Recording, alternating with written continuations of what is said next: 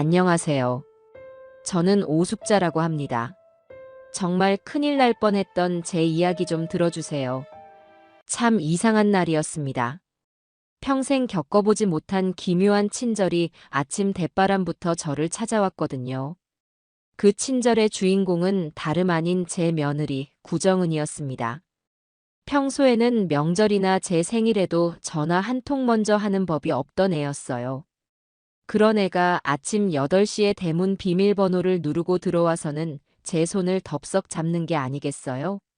저는 그때 막 아침으로 먹을 김치찌개를 끓이고 있었는데 얼마나 놀랐는지 들고 있던 국자를 바닥에 떨어뜨릴 뻔했습니다. 어머니, 저 정은이에요. 좋은 아침이에요. 목소리는 또 어찌나 살가운지 꼭 꿀단지라도 삼킨 것 같았어요. 정은이는 바닥에 떨어진 제 슬리퍼를 손수 정리해 다시 신겨주며 호들갑을 떨었습니다. 어머, 어머니. 놀라셨어요? 제가 너무 갑자기 찾아왔죠? 경석 씨 출근하는 길에 근처라고 해서 한번 들렀어요. 어머니 얼굴도 뵙고 싶고요. 얼굴을 뵙고 싶다니 참으로 해가 서쪽에서 뜰 일이었습니다. 결혼하고 5년 동안 제 얼굴을 뵙고 싶다는 말을 며느리에게서 들어본 건 처음이었으니까요. 저는 어색하게 웃으며 물었습니다. 그래, 아침은 먹었고, 경석이는? 그럼요, 어머니. 경석 씨는 아침 든든하게 먹여서 회사 보냈죠. 걱정 마세요. 어머니, 식사 아직 안 하셨으면 같이 해요. 제가 뭐라도 차릴까요? 정은이는 그러면서 자연스럽게 냉장고로 향하더군요. 저는 기가 막혀서 손을 내저었습니다. 됐다, 됐다. 내가 차린 거 먹으면 돼. 너는 앉아있기나 해. 며느리가 차려주는 밥상이라니 상상도 해본 적 없는 일이었습니다. 저는 끓이던 김치찌개에 두부를 썰어 넣으며 넌지시 물었어요. 무슨 일이라도 있는 건가 싶어서요. 혹시 아들 내외가 돈이 필요한가? 아니면 또 무슨 사고라도 쳤나? 온갖 생각이 다 들더군요. 하지만 정은이의 입에서 나온 말은 제 예상을 완전히 빗나갔습니다. 어머니, 오늘 저랑 좋은 데 가실래요? 좋은데? 어딜? 제가요, 아주 끝내주는 목욕탕을 예약해뒀어요. 그냥 동네 목욕탕이 아니고요. 호텔 스파인데 물이 그렇게 좋대요. 거기서 몸 좀 푹 지지고 제가 시원하게 등도 밀어드릴게요. 그리고 나와서는 맛있는 한정식도 먹고요. 어떠세요? 저는 제 귀를 의심했습니다. 며느리가 내 등을 밀어주겠다고요? 이건 정말 천지가 개벽할 노릇이었어요. 평소 정은이는 깔끔 떠는 성격이라 대중 목욕탕은 질색하는 아이였습니다. 그런 애가 저와 함께 목욕을 가자니 그것도 최고급 호텔 스파의 말입니다. 고맙다는 생각보다 얘가 왜 이럴까 하는 의심이 먼저 드는 건 어쩔 수 없었습니다. 아니다. 나는 그냥 동네 목욕탕이 편해. 너희들끼리 좋은 데 다니고 그래. 에이, 어머니.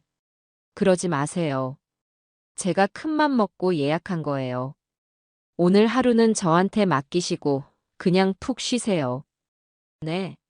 제가 다 알아서 할게요. 정은이는 제 팔에 매달려 애교까지 부렸습니다.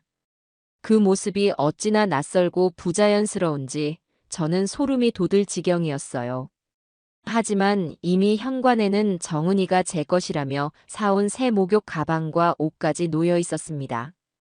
이건 뭐 거절할 틈도 주지 않고 처음부터 저를 끌고 갈 작정으로 온 것이 분명했어요. 아들 경석이도 한통 속인 걸까요? 엄마한테 잘 좀 해드려라 하고 시키기라도 한 건지. 어쨌든 며느리가 저렇게까지 나오는데 매몰차게 거절하기도 어려웠습니다. 저는 마지못해 고개를 끄덕였고 정은이는 마치 큰 상이라도 받은 아이처럼 기뻐하며 제 등을 떠밀어 옷을 갈아입혔습니다. 정은이의 차를 타고 가는 내내 이상한 기분은 계속되었습니다. 조수석에 앉아 창밖을 보는데 마음 한구석이 계속 불편했어요. 정은이는 옆에서 쉴 새 없이 제잘거렸습니다. 새로 산 옷 이야기, 새로 연 맛집 이야기, 친구 남편의 승진 이야기까지. 전부 제가 관심도 없고 알지도 못하는 이야기들이었죠. 저는 그저 건성으로 고개를 끄덕이며 대꾸해 주었습니다. 어머니, 여기 스파 가요. 피부 미용에도 그렇게 좋대요. 갔다 오면 막 10년은 젊어지실걸요? 됐다. 이 나이에 더 젊어져서 뭐 하겠니? 왜요, 어머니? 여자는 평생 가꿔야 하는 거예요. 우리 어머니 이렇게 고우신데 조금만 관리하면 다들 아가씨인 줄 알겠네.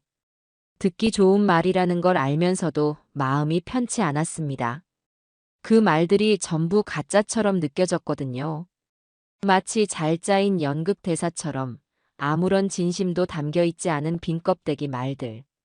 차는 어느새 시내를 벗어나 낯선 외곽도로로 접어들고 있었습니다. 저는 고개를 갸웃하며 물었어요. 그런데 목욕탕이 어디 있길래 이렇게 멀리 가니? 시내에 있는 호텔 아니었어? 아, 어머니. 거기는 너무 사람이 많아서요. 제가 일부러 조용하고 경치 좋은 곳으로 예약했어요. 거의 다 왔어요. 걱정 마세요. 정은이는 능숙하게 웃으며 운전대를 돌렸습니다. 하지만 저는 그 웃음 뒤에 숨겨진 싸늘함을 본 것만 같았어요. 그 순간이었습니다. 제 핸드폰이 요란하게 울리기 시작한 것은 가방에서 핸드폰을 꺼내보니 화면에 내 아들이라는 이름이 떠 있었습니다. 경석이었습니다. 제가 전화를 받으려고 하자 정은이가 흘깃 쳐다보며 말하더군요. 어머니, 그냥 받지 마세요. 이따가 목욕 끝나고 전화하면 되죠.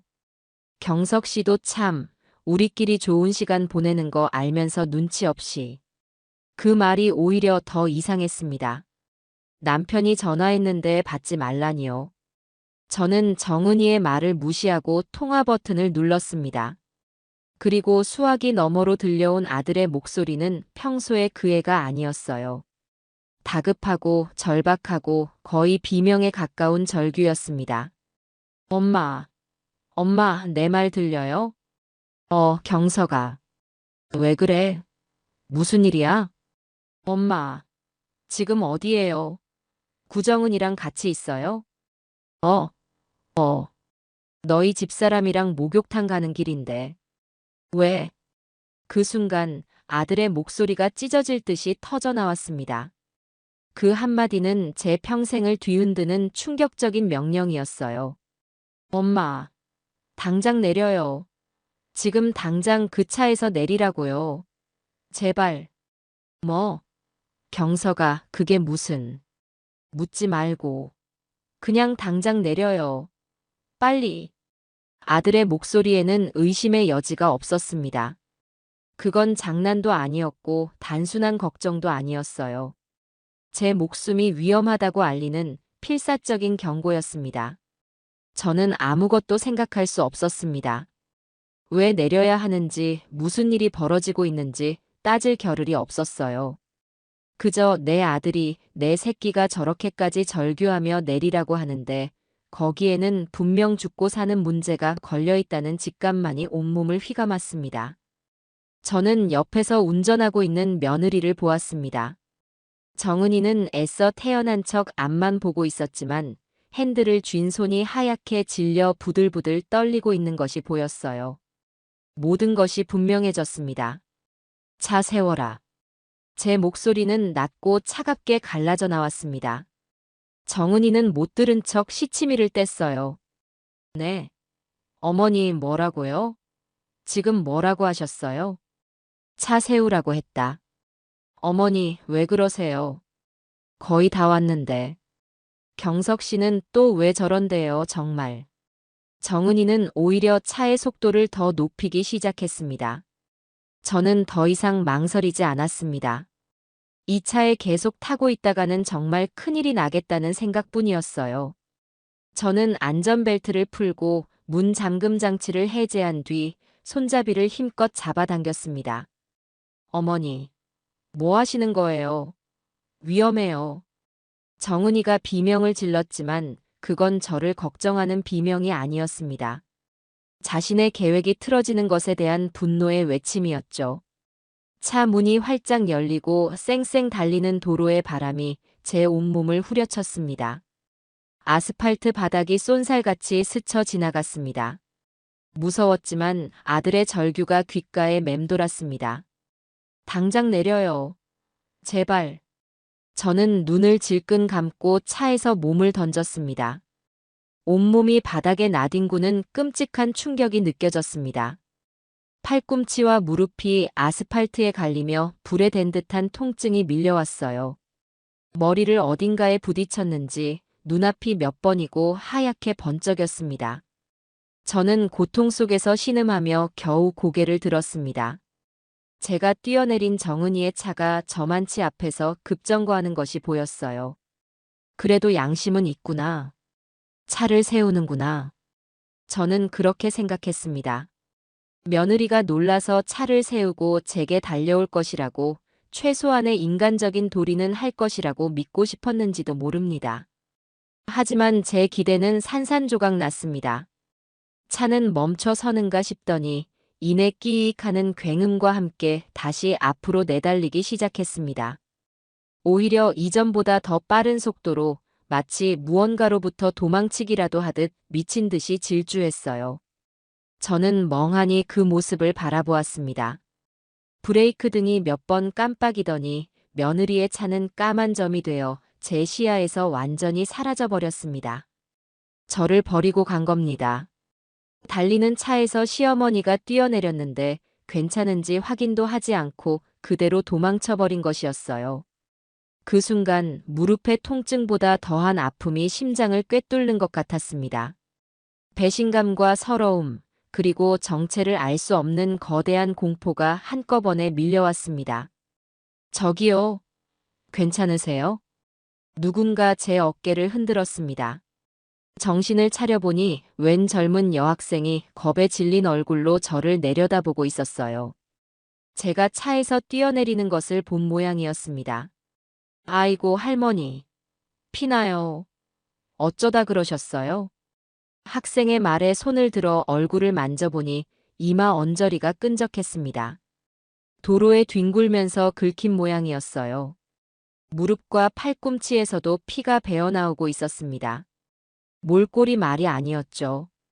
병원에 가셔야겠어요. 제가 119에 신고할게요. 아니다, 아가씨. 괜찮아. 괜찮아. 저는 겨우 몸을 일으켰습니다. 온몸의 뼈마디가 쑤시고 아팠지만 그보다 더 급한 것이 있었습니다. 아들에게, 경석이에게 연락을 해야 했어요. 이게 대체 무슨 상황인지, 왜 며느리가 저를 그런 낯선 곳으로 끌고 가려고 했는지, 그리고 왜 아들은 저보고 차에서 뛰어내리라고까지 했는지. 모든 것을 알아야 했습니다. 저는 여학생의 부축을 받으며 겨우 길가에 주저앉았습니다. 그리고 다시 아들에게 전화를 걸었어요. 신호음이 몇 번 가지 않아 아들이 다급하게 전화를 받았습니다. 엄마, 엄마 괜찮아요? 내렸어요? 어디 다친 데는 없고요? 경서가 나 내렸다. 그런데 이게 대체 무슨 일이냐? 정은이는 나를 버리고 그냥 가버렸어. 제 목소리가 심하게 떨려 나왔습니다. 수화기 너머로 아들이 안도의 한숨을 내쉬는 소리가 들렸어요. 그리고 이내 분노와 울음이 섞인 목소리로 말하더군요. 엄마 미안해요. 내가 다 미안해. 일단 거기 어디예요? 내가 지금 바로 갈게요. 택시 타고라도 우선 안전한 곳으로 가 있어요. 제발. 아들의 목소리를 듣고 나니 참았던 눈물이 터져 나왔습니다. 저는 울면서 제 위치를 설명했습니다. 다행히 근처에 버스 정류장이 있었고 정류장 표지판에 적힌 지명을 아들에게 알려주었어요. 전화를 끊고 나니 온몸에 힘이 쭉 빠졌습니다. 저를 도와주던 여학생이 건네준 물을 마시며 겨우 마음을 진정시켰어요. 머릿속이 지옥처럼 복잡했습니다. 오늘 아침 며느리의 어색한 친절부터 시작해서 낯선 외곽도로, 그리고 아들의 절규와 며느리의 도주까지. 모든 조각들이 하나로 맞춰지며 끔찍한 그림을 그려내고 있었습니다. 정은이는 저를 어디론가 끌고 가려 했던 겁니다. 제가 모르는 아주 좋지 않은 곳으로요. 그리고 아들은 그 사실을 알고 필사적으로 막으려 했던 거고요. 저는 부들부들 떨리는 손으로 찢어진 바지 아래로 드러난 무릎의 상처를 내려다보았습니다. 피가 흐르는 상처보다 며느리가 제게 남긴 마음의 상처가 훨씬 더 깊고 아팠습니다. 그 애는 대체 저한테 왜 그랬을까요? 제가 뭘 그렇게 잘못했다고. 지난 5년간 살갑게 굴지는 못했어도 며느리에게 모진 소리 한 번 한 적 없었습니다. 아들 부부 힘들까봐 변변한 용돈 한 번 달라고 한 적도 없었고요. 오히려 제가 가진 것들을 하나라도 더 챙겨주지 못해 미안한 마음뿐이었는데 정신을 차려야 했습니다. 이건 단순한 사고가 아니었어요. 명백한 의도를 가진 사건이었습니다. 저는 길가에 주저앉아 흙먼지 묻은 손을 꽉 움켜쥐었습니다. 이제부터 제가 싸워야 할 상대가 누구인지, 그리고 이 싸움이 얼마나 끔찍하고 외로운 싸움이 될 것인지 어렴풋이 짐작할 수 있었습니다. 하지만 저는 도망치지 않을 겁니다. 내 아들을 지키기 위해서, 그리고 내 남은 인생을 지키기 위해서라도 말이에요.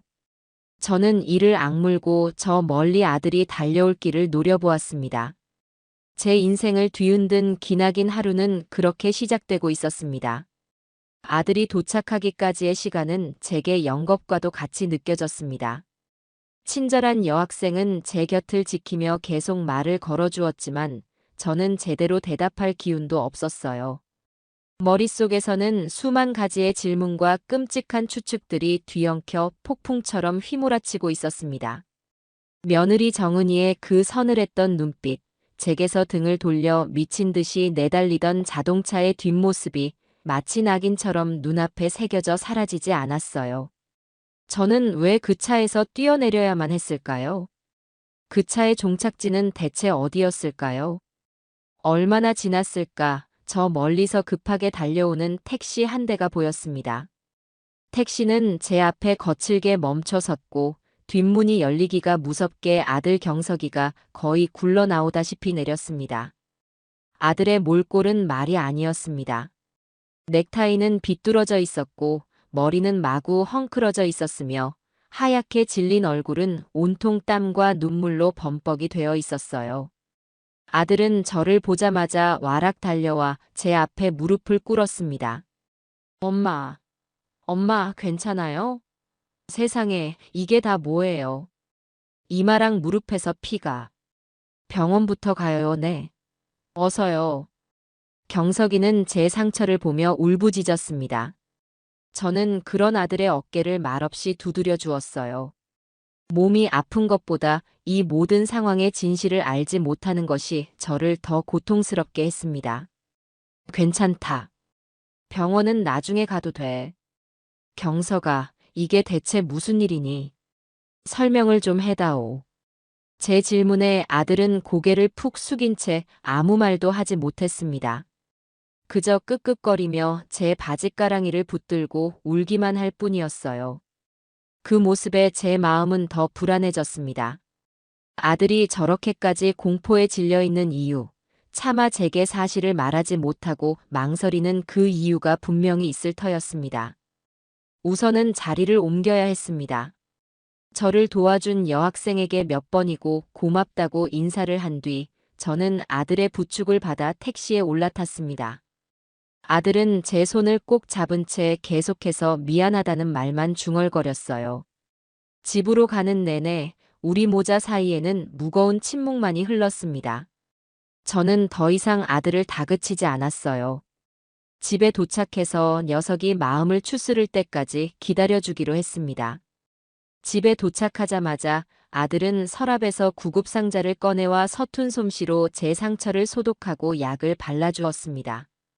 저는 가만히 앉아 아들이 해주는 대로 몸을 맡겼습니다. 다정한 아들의 손길을 느끼면서도 마음은 천근만근 무거웠어요. 치료가 끝나자 아들은 구급상자를 옆으로 밀어놓고는 마침내 제 앞에 다시 무릎을 꿇었습니다. 그리고는 아주 오랫동안 망설이다가 개미만 한 목소리로 입을 열었습니다. 엄마, 정은이가 좀 이상해요.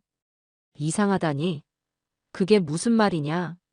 며칠 전부터 엄마 얘기를 자꾸 했어요. 엄마가 요즘 부쩍 깜빡깜빡 하시는 것 같다. 혼자 계시면 위험할 수도 있겠다. 그러면서요. 처음에는 그냥 걱정하는 건가 싶었어요. 그런데 갈수록 이야기가 이상해졌어요. 아들은 마른 침을 꿀꺽 삼키며 말을 이었습니다. 그 눈동자가 공포로 심하게 흔들리고 있었어요. 어젯밤에는 저한테 무슨 서류를 보여주더라고요. 그러면서 상담이라는 말을 했어요. 엄마가 요즘 마음이 많이 힘드신 것 같으니 좋은 데 가서 상담이라도 받아보게 해드리자고요. 공기 좋은 데 있는 요양시설 같은 곳이라고. 저는 그냥 그런 곳인 줄 알았어요, 엄마. 정말이에요. 요양시설, 상담. 그 단어들이 비수처럼 날아와 제 가슴에 박혔습니다. 멀쩡한 사람을 왜 요양시설에 보내고 무슨 상담을 받게 한다는 말입니까? 그래서 너는 그 말에 동의를 했단 말이냐? 아니요. 저는 그냥 생각 좀 해보자고 했어요. 그런데 오늘 아침에 정은이가 엄마를 모시고 목욕탕에 간다고 하더라고요. 저는 정말 그냥 목욕탕에 가는 줄로만 알았어요. 그런데 회사에 가서 어젯밤 정은이가 보여줬던 서류를 다시 한번 자세히 보는데 그게 그냥 요양시설 입소 서류가 아니었어요. 엄마. 아들의 목소리가 절망적으로 떨려 나왔습니다. 거기에는 보호 입원이라는 글자가 작게 쓰여 있었어요.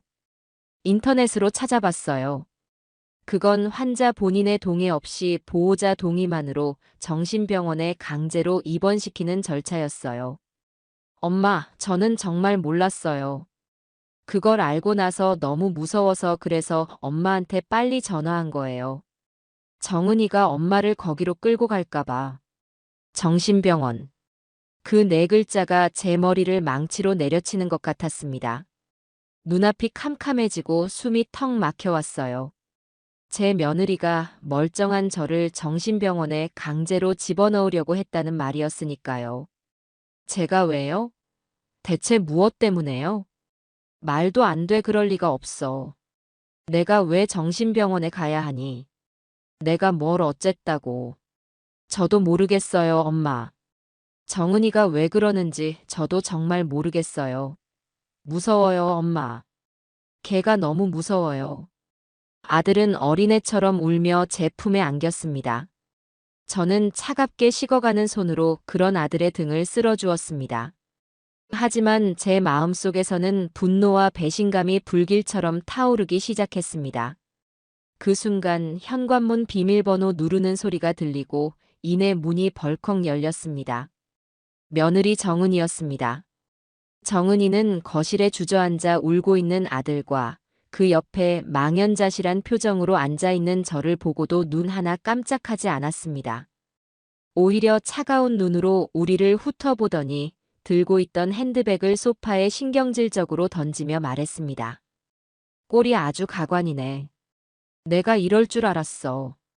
어머니가 또 경석 씨 붙들고 무슨 말을 하신 거예요?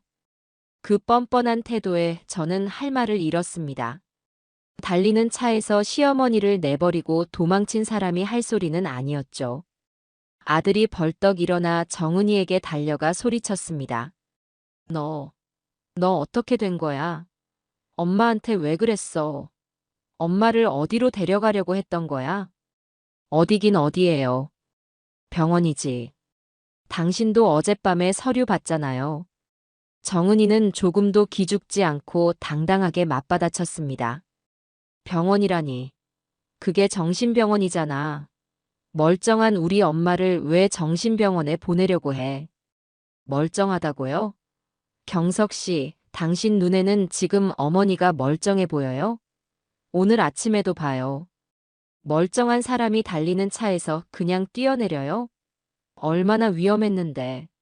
요즘 들어서 자꾸 이상한 말씀하시고 물건을 어디 뒀는지 깜빡하시는 건 일수고. 이건 그냥 넘길 일이 아니에요. 초기 증상일 때 빨리 잡아야지. 정은이는 마치 제가 정말 정신에 큰 문제가 있는 환자인 것처럼, 오히려 저를 걱정하는 자애로운 며느리인 것처럼 연기했습니다. 그 가증스러운 모습에 피가 거꾸로 솟는 것 같았어요. 내가 언제 이상한 말을 했고 뭘 그렇게 깜빡했다는 거냐? 그리고 내가 왜 차에서 뛰어내렸는지 너는 몰라. 내 아들이 당장 내리라고 소리를 지르는데 그럼 내가 가만히 앉아 있었어야 했니? 제가 소리치자 정은이는 기다렸다는 듯이 코웃음을 쳤습니다. 보세요, 경석 씨. 저러시잖아요. 자꾸 누가 자기한테 뭐라고 했다고 하시고. 차 안에서 경석 씨 전화 온 적도 없었어요. 어머니 혼자 갑자기 소리를 지르시면서 문을 열고 뛰어내리신 거라고요. 제가 얼마나 놀랐는지 알아요? 겨우 차 세우고 따라가 보려고 했는데 순식간에 사라져서 안 보이시더라고요. 그래서 집으로 와 계신가 하고 와본 거잖아요. 기가 막혔습니다. 너무나도 태연하게 눈 하나 깜빡하지 않고 거짓말을 늘어놓는 저 아이의 얼굴을 보니 온몸에 소름이 돋았습니다. 아들의 절규가 아직도 귓가에 생생한데 전화 온 적이 없다니요. 이것은 명백한 가스라이팅이었습니다. 저뿐만 아니라 제 아들까지 혼란스럽게 만들어 결국에는 자신의 거짓말을 진실로 믿게 만들려는 속셈이었죠. 아들은 정은이의 말에 혼란스러운 표정을 지었습니다. 거짓말하지 마. 내가 분명히 엄마랑 통화했어. 너도 옆에서 들었잖아. 당신이요? 언제요? 당신 오늘 아침에 나한테 전화한 적 없는데? 통화 기록 보여줄까요? 당신 정말 왜 그래? 어머니가 아프시니까 당신까지 이상해지는 거야? 정은이는 자신의 핸드폰을 꺼내 보란 듯이 흔들었습니다. 아마 아들의 번호를 차단하거나 기록을 삭제하는 식으로 미리 손을 써뒀을 겁니다. 아들은 그 모습에 말문이 막힌 듯 입만 벙긋거렸습니다. 약하고 순진한 제 아들은 독하고 계획적인 며느리의 상대가 되지 못했습니다. 저는 이대로 가다가는 정말 꼼짝없이 정신병자로 몰리겠다는 위기감을 느꼈습니다. 그만해라. 저는 낮은 목소리로 둘의 싸움을 중단시켰습니다. 오늘은 다들 피곤하니 그만 쉬자. 이 얘기는 내일 다시 하자꾸나. 저는 일부러 상황을 피하는 것처럼 보였습니다. 정은이는 그런 저를 보며 승리의 미소를 지었습니다. 자기가 이겼다고 생각하는 것이겠죠. 정은이는 아들의 팔을 끌고 안방으로 들어갔고 저는 텅 빈 거실에 홀로 남았습니다. 온몸에 힘이 빠져나가 소파에 주저앉았습니다. 심장이 미친 듯이 뛰고 손발이 차갑게 식어갔습니다. 이건 전쟁이었습니다. 저 아이는 작정하고 저를 무너뜨리려 하고 있었어요. 하지만 왜? 제가 가진 것이라고는 평생 일해서 마련한 이 작은 아파트 한 채와 남편이 남겨준 상가 건물이 전부였습니다. 설마 그것 때문에? 그깟 돈 때문에 멀쩡한 시어머니를 정신병원에 가두려고 한단 말인가. 믿을 수 없었지만 그것 말고는 다른 이유를 찾을 수가 없었습니다. 그날 밤 저는 한숨도 잘 수 없었습니다. 안방에서는 아들과 며느리가 다투는 소리가 희미하게 들려왔습니다. 아들은 계속해서 무언가 따지는 것 같았지만 며느리의 날카로운 목소리에 이내 묻히고 말았습니다. 저는 조용히 자리에서 일어나 아들의 서재 방으로 향했습니다. 아들이 말했던 그 서류를 제 눈으로 직접 확인해야 했습니다. 아들의 서류 가방은 책상 위에 놓여 있었습니다. 저는 떨리는 손으로 가방을 열고 안을 뒤지기 시작했습니다. 회사 서류들 사이를 헤치자 빳빳한 종이 몇 장이 손에 잡혔습니다. 서류철에 끼워진 종이들을 꺼내 스탠드 불빛 아래에서 자세히 들여다보았습니다. 제 심장이 바닥으로 곤두박질 치는 것 같았습니다. 가장 위에 있는 것은 진단서였습니다. 제 이름 오숙자, 그리고 제 주민등록번호가 정확하게 적혀 있었어요. 병명란에는 초기 혈관성 치매 및 망상 장애라고 쓰여 있었습니다. 그리고 담당 의사의 소견으로는 환자는 최근 기억력 감퇴와 판단력 저하를 보이며 주변 인물에 대한 피해 망상 증세를 동반하고 있어 전문적인 치료와 보호가 시급함이라고 적혀 있었어요. 처음 보는 병원 이름과 의사의 도장까지 선명하게 찍혀 있었습니다. 저는 그 진단서를 든 채 부들부들 떨었습니다. 저는 평생 저 서류에 적힌 병원에 가본 적도 의사를 만난 적도 없었습니다. 이것은 완벽하게 조작된 거짓 서류였습니다. 그리고 그 아래에는 아들이 말했던 보호 입원 신청서가 있었습니다. 신청인, 즉 보호 자란에는 아들 김경석의 이름이 적혀 있었고 피신청인, 즉 환자란에는 제 이름이 올라가 있었어요. 아직 아들의 서명과 도장은 찍혀 있지 않았지만 나머지 칸은 모두 채워져 있었습니다. 며느리가 오늘 저를 어딘가로 끌고 가 이 서류를 완성하려 했던 것이 분명했습니다. 모든 것이 명확해졌습니다. 며느리는 저를 치매 환자로 둔갑시켜 정신병원에 집어넣고 제 재산을 합법적으로 가로챌 계획을 세웠던 겁니다. 오늘 아침에 그 살가운 미소와 친절은 저를 지옥으로 끌고 가기 위한 저승사자의 미소였던 셈입니다. 저는 서류들을 가슴에 품고 소리 없이 울었습니다. 분하고 억울해서, 그리고 무엇보다 무서워서 눈물이 멈추지 않았습니다. 하지만 언제까지고 울고만 있을 수는 없었습니다. 저는 눈물을 닦고 서류들을 원래 있던 자리에 조심스럽게 넣어두었습니다. 며느리가 제가 이 사실을 알았다는 것을 눈치채게 해서는 안 됩니다. 그리고 약해 빠진 제 아들도 아직은 완전히 믿을 수가 없었어요. 며느리의 교묘한 거짓말에 또다시 흔들릴지도 모르는 일이었습니다. 이제부터 제 편은 저 자신뿐이었습니다. 저는 제 손으로 직접 증거를 찾고 저 가증스러운 며느리의 가면을 벗겨내야만 했습니다. 저는 차갑게 식은 머리로 앞으로 어떻게 해야 할지 계획을 세우기 시작했습니다. 제 인생을 건 외로운 싸움의 서막이 그렇게 오르고 있었습니다. 다음 날 아침, 저는 아무 일도 없었다는 듯이 평소와 똑같이 일어났습니다. 밤새 한숨도 자지 못해 머리가 깨질 듯이 아팠지만 저는 애써 태연한 표정을 지으며 아침 식사를 준비했어요. 어젯밤의 격렬한 싸움 때문인지 아들과 며느리는 둘 다 퉁퉁 부은 얼굴로 식탁에 앉았습니다. 두 사람 사이에는 냉랭한 기운이 감돌았고 누구 하나 먼저 입을 열지 않았습니다. 어머니, 몸은 좀 괜찮으세요? 먼저 침묵을 깬 것은 의외로 며느리 정은이었습니다. 마치 어젯밤의 일은 다 잊었다는 듯 걱정스러운 표정을 지으며 제게 묻더군요. 그 연기력이 실로 놀라울 정도였습니다. 괜찮다. 나이가 드니 뼈마디가 좀 쑤시는 것뿐이야. 저는 무덤덤하게 대답하며 밥을 입으로 가져갔습니다. 밥알이 모래알처럼 껄끄러웠지만 억지로 삼켰습니다. 지금은 쓰러질 때가 아니었으니까요.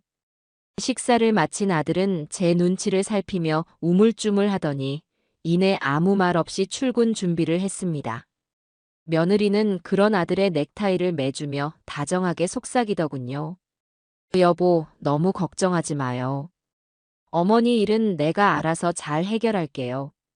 당신은 회사 일에만 신경 써요.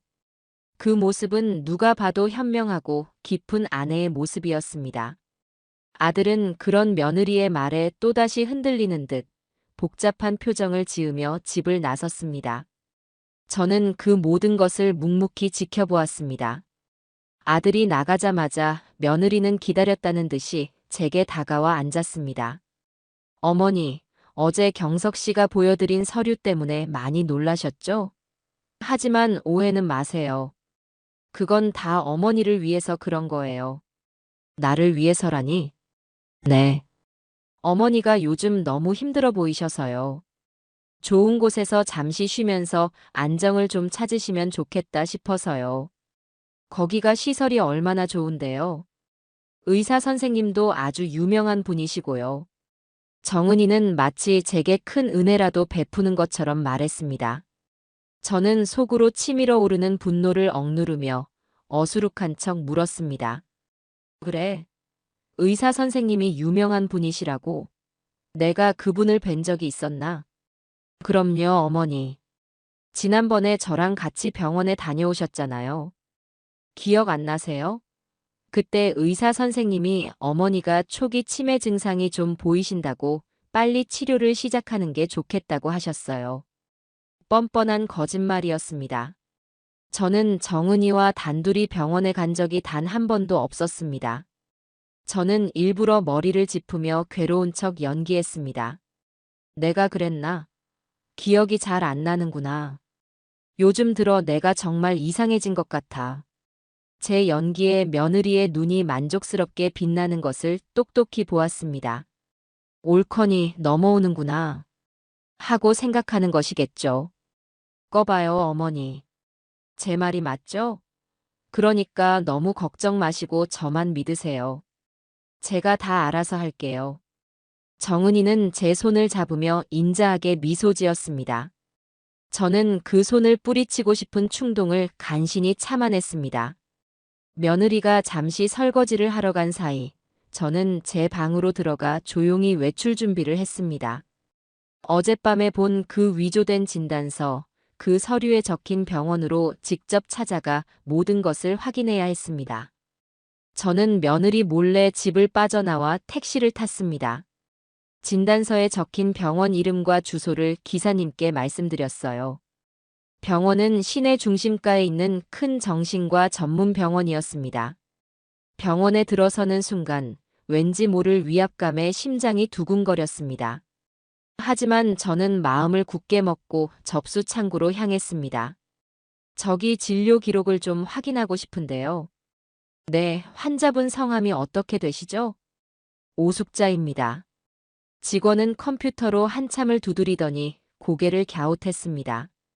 이상하네요. 오숙자님 이름으로는 등록된 진료 기록이 없는데요.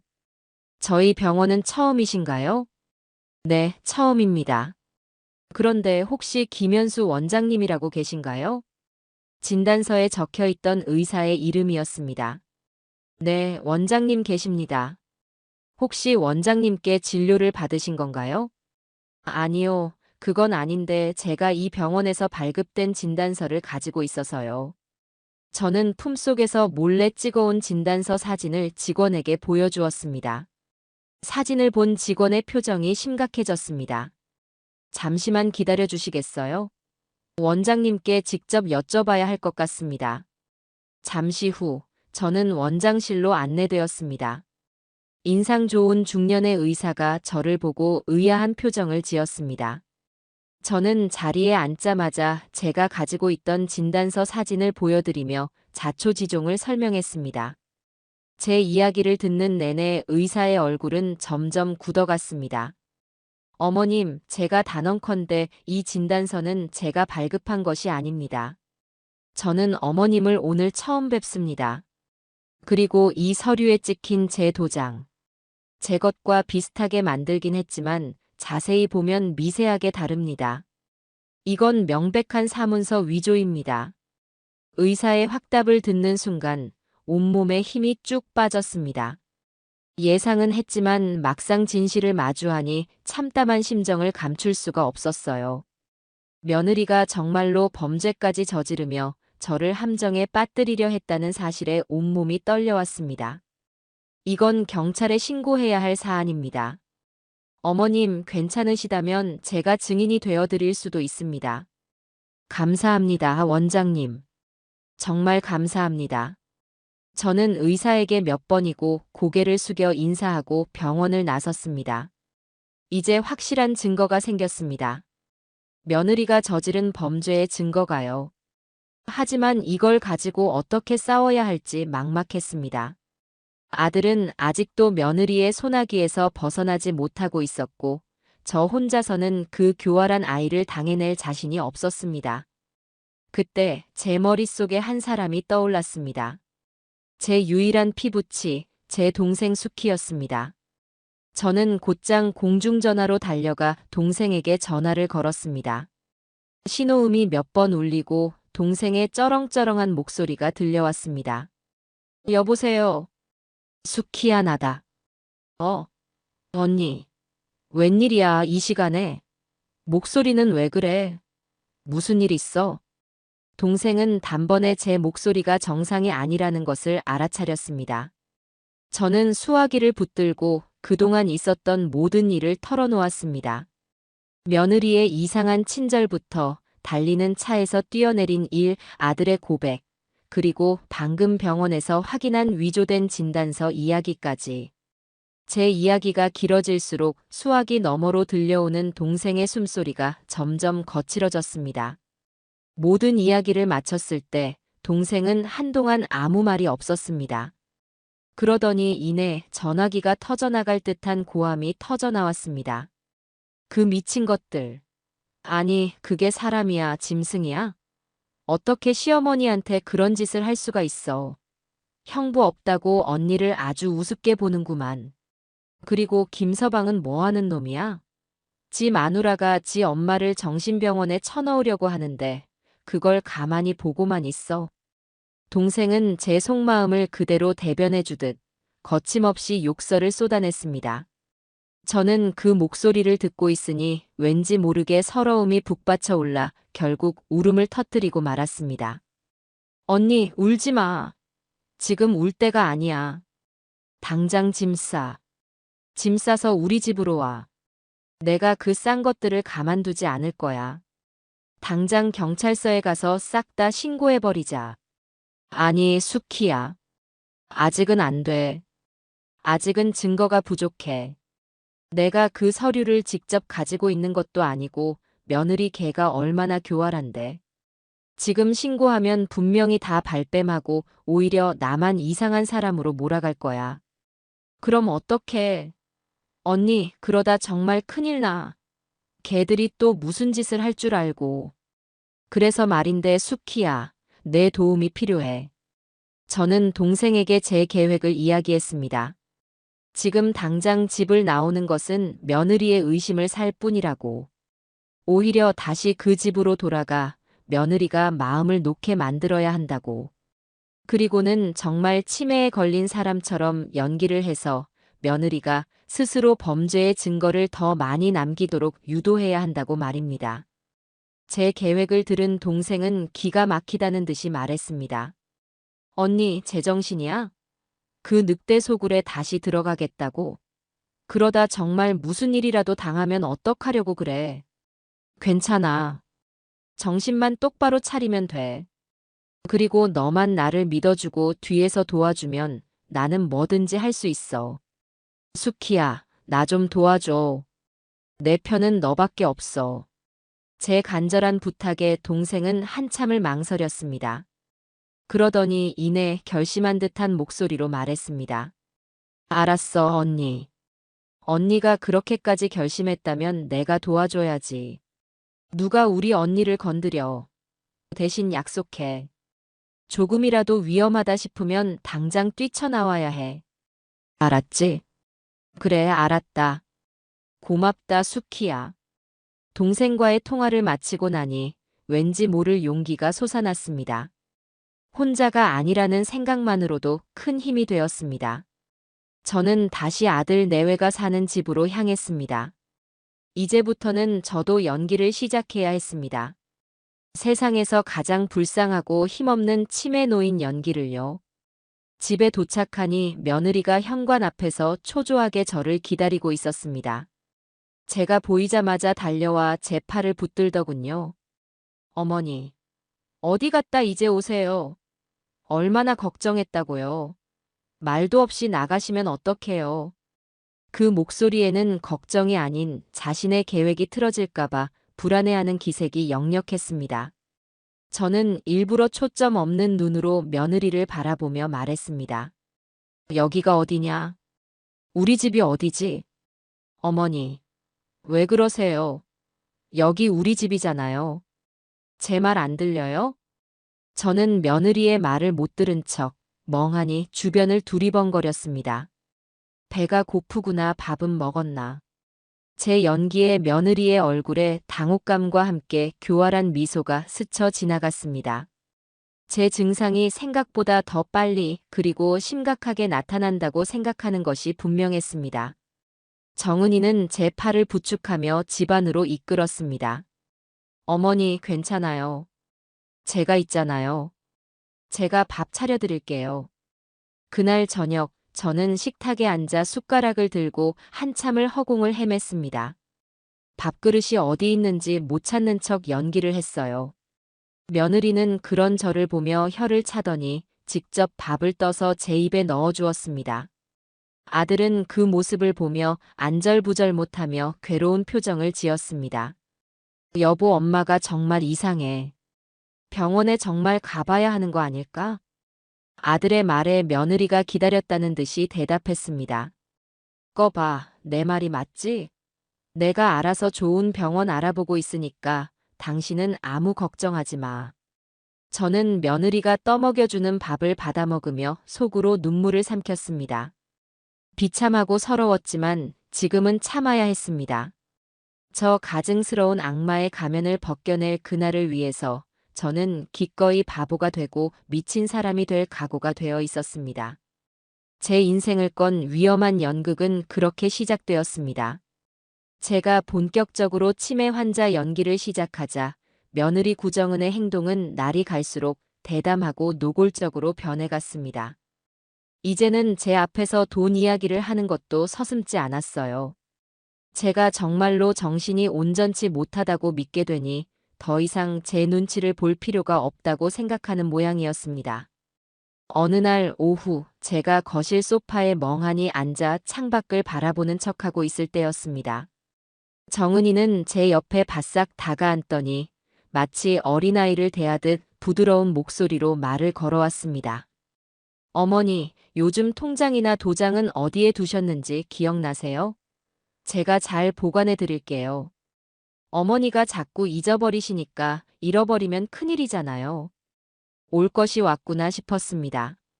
저 아이의 최종 목표는 결국 제 재산이었으니까요. 저는 일부러 고개를 갸웃하며 엉뚱한 대답을 했습니다. 통장? 그게 뭐냐? 먹는 거냐? 어머, 어머니. 농담도 잘하시네. 돈 들어있는 거잖아요, 돈. 어머니 재산 제가 안전하게 관리해 드리려고요. 나중에 경석 씨랑 저랑 어머니 편안하게 모시려면 돈이 필요하잖아요. 그렇죠? 그 말은 즉, 네 돈이 곧 내 돈이고 그 돈으로 너를 요양원에 보내주겠다는 소리나 다름없었습니다. 저는 속으로 분노가 치밀었지만 겉으로는 해실해실 웃으며 말했어요. 돈 좋지. 깎아 사 먹게 돈 좀 다오. 제 대답에 정은이의 얼굴이 순간 굳어지는 것이 보였습니다. 하지만 이내 표정을 바꾸고 다시 상냥하게 말하더군요. 네, 어머니. 제가 깎아 많이 사드릴게요. 그러니까 도장이 어디 있는지 알려주세요. 네. 도장은 장롱 속에 있나? 아니, 부엌에 있나? 모르겠다. 생각이 안 나. 저는 정말 기억이 안 난다는 듯이 머리를 마구 헝클었습니다. 정은이는 제 말에 더 이상 묻지 않고 자리에서 일어났습니다. 그리고는 제가 보지 않는다고 생각하는지 안방으로 들어가 장롱을 뒤지기 시작했습니다. 물론 제 도장은 그곳에 없었습니다. 저는 이미 동생 수키에게 연락해 제 모든 통장과 인감도장, 그리고 중요한 서류들을 전부 동생 집으로 옮겨놓은 상태였거든요. 온 집안을 다 뒤져도 도장이 나오지 않자 정은이는 초조해하기 시작했습니다. 그리고 며칠 뒤 기어코 일을 저지르고 말았습니다. 집에 낯선 여자를 한 명 데리고 온 겁니다.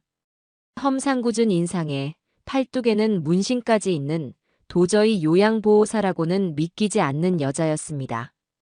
어머니, 인사하세요. 오늘부터 어머니 돌봐주실 요양보호사 선생님이세요. 제가 어머니 혼자 계시면 불안해서 특별히 모셔왔어요. 정은이는 그 여자를 선생님이라고 불렀지만 여자의 눈빛과 태도는 저를 환자가 아닌 죄수처럼 대하고 있었습니다. 잘 부탁드립니다, 어르신. 여자는 입으로만 존댓말을 할 뿐 저를 위아래로 훑어보는 눈빛에는 경멸과 조롱이 가득했습니다. 저는 직감적으로 알 수 있었습니다. 저 여자는 요양보호사가 아니라 저를 감시하고 억압하기 위해 며느리가 고용한 사람이었습니다. 그날부터 제 삶은 감옥과도 같아졌습니다. 그 여자, 박 씨라고 불리는 그녀는 한시도 제 곁을 떠나지 않고 저를 감시했습니다. 제가 화장실을 갈 때도 문 앞에서 지키고 서 있었고, 잠을 잘 때도 제 방문을 열어놓고 거실에서 저를 지켜보았습니다.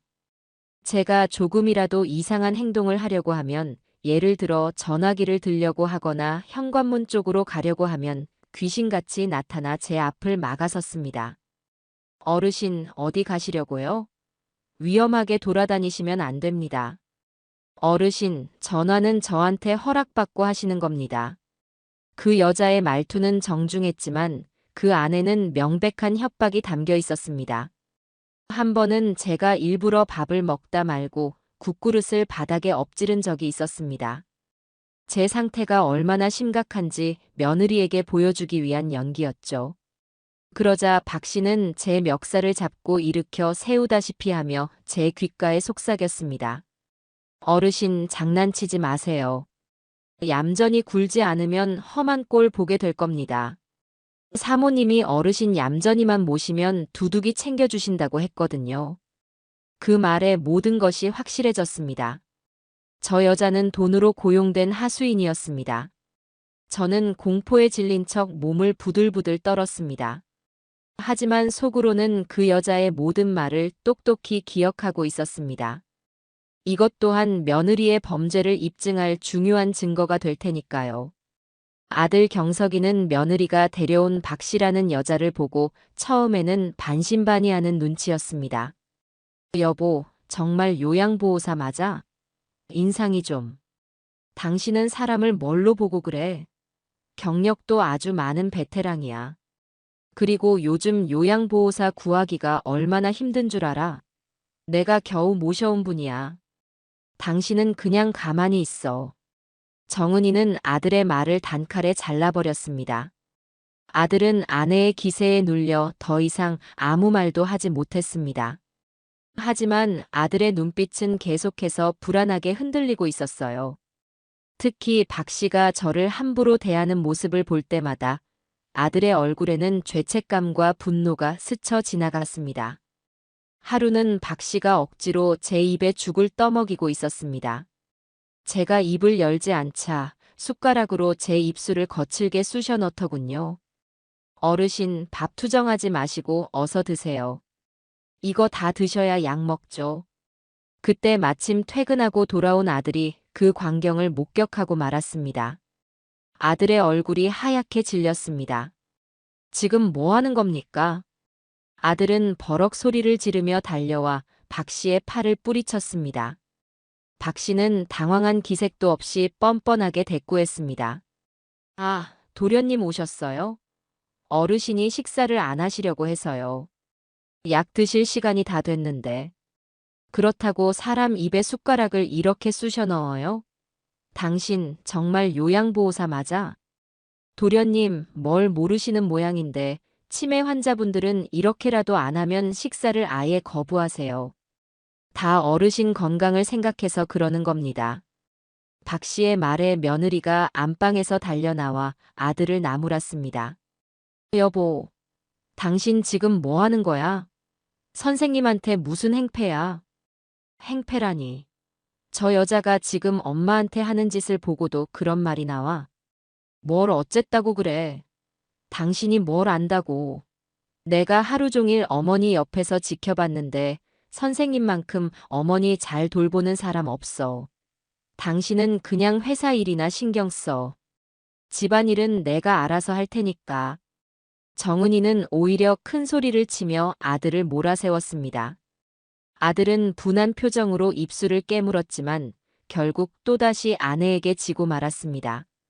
그날 밤 아들은 몰래 제 방으로 찾아왔습니다. 저는 침대에 누워 자는 척하고 있었어요. 아들은 제 침대맡에 한참을 서 있더니 작은 목소리로 속삭였습니다. 엄마 미안해요. 내가 정말 미안해요. 아들의 목소리는 물기에 젖어 있었습니다. 울고 있는 것이 분명했어요. 저는 돌아눕고 싶은 것을 꾹 참았습니다. 지금 제가 아들을 위로하고 안심시켜서는 안 됩니다. 아들이 느끼는 저 죄책감과 양심의 가책이 결국에는 아들을 제 편으로 돌아서게 만들 유일한 열쇠였으니까요. 아들은 한참을 더 제 곁에 서 있다가 조용히 방을 나갔습니다. 저는 어둠 속에서 눈을 떴습니다. 아들의 눈물 젖은 사과가 제 마음을 아프게 찔렀지만 저는 결코 약해지지 않기로 다짐했습니다.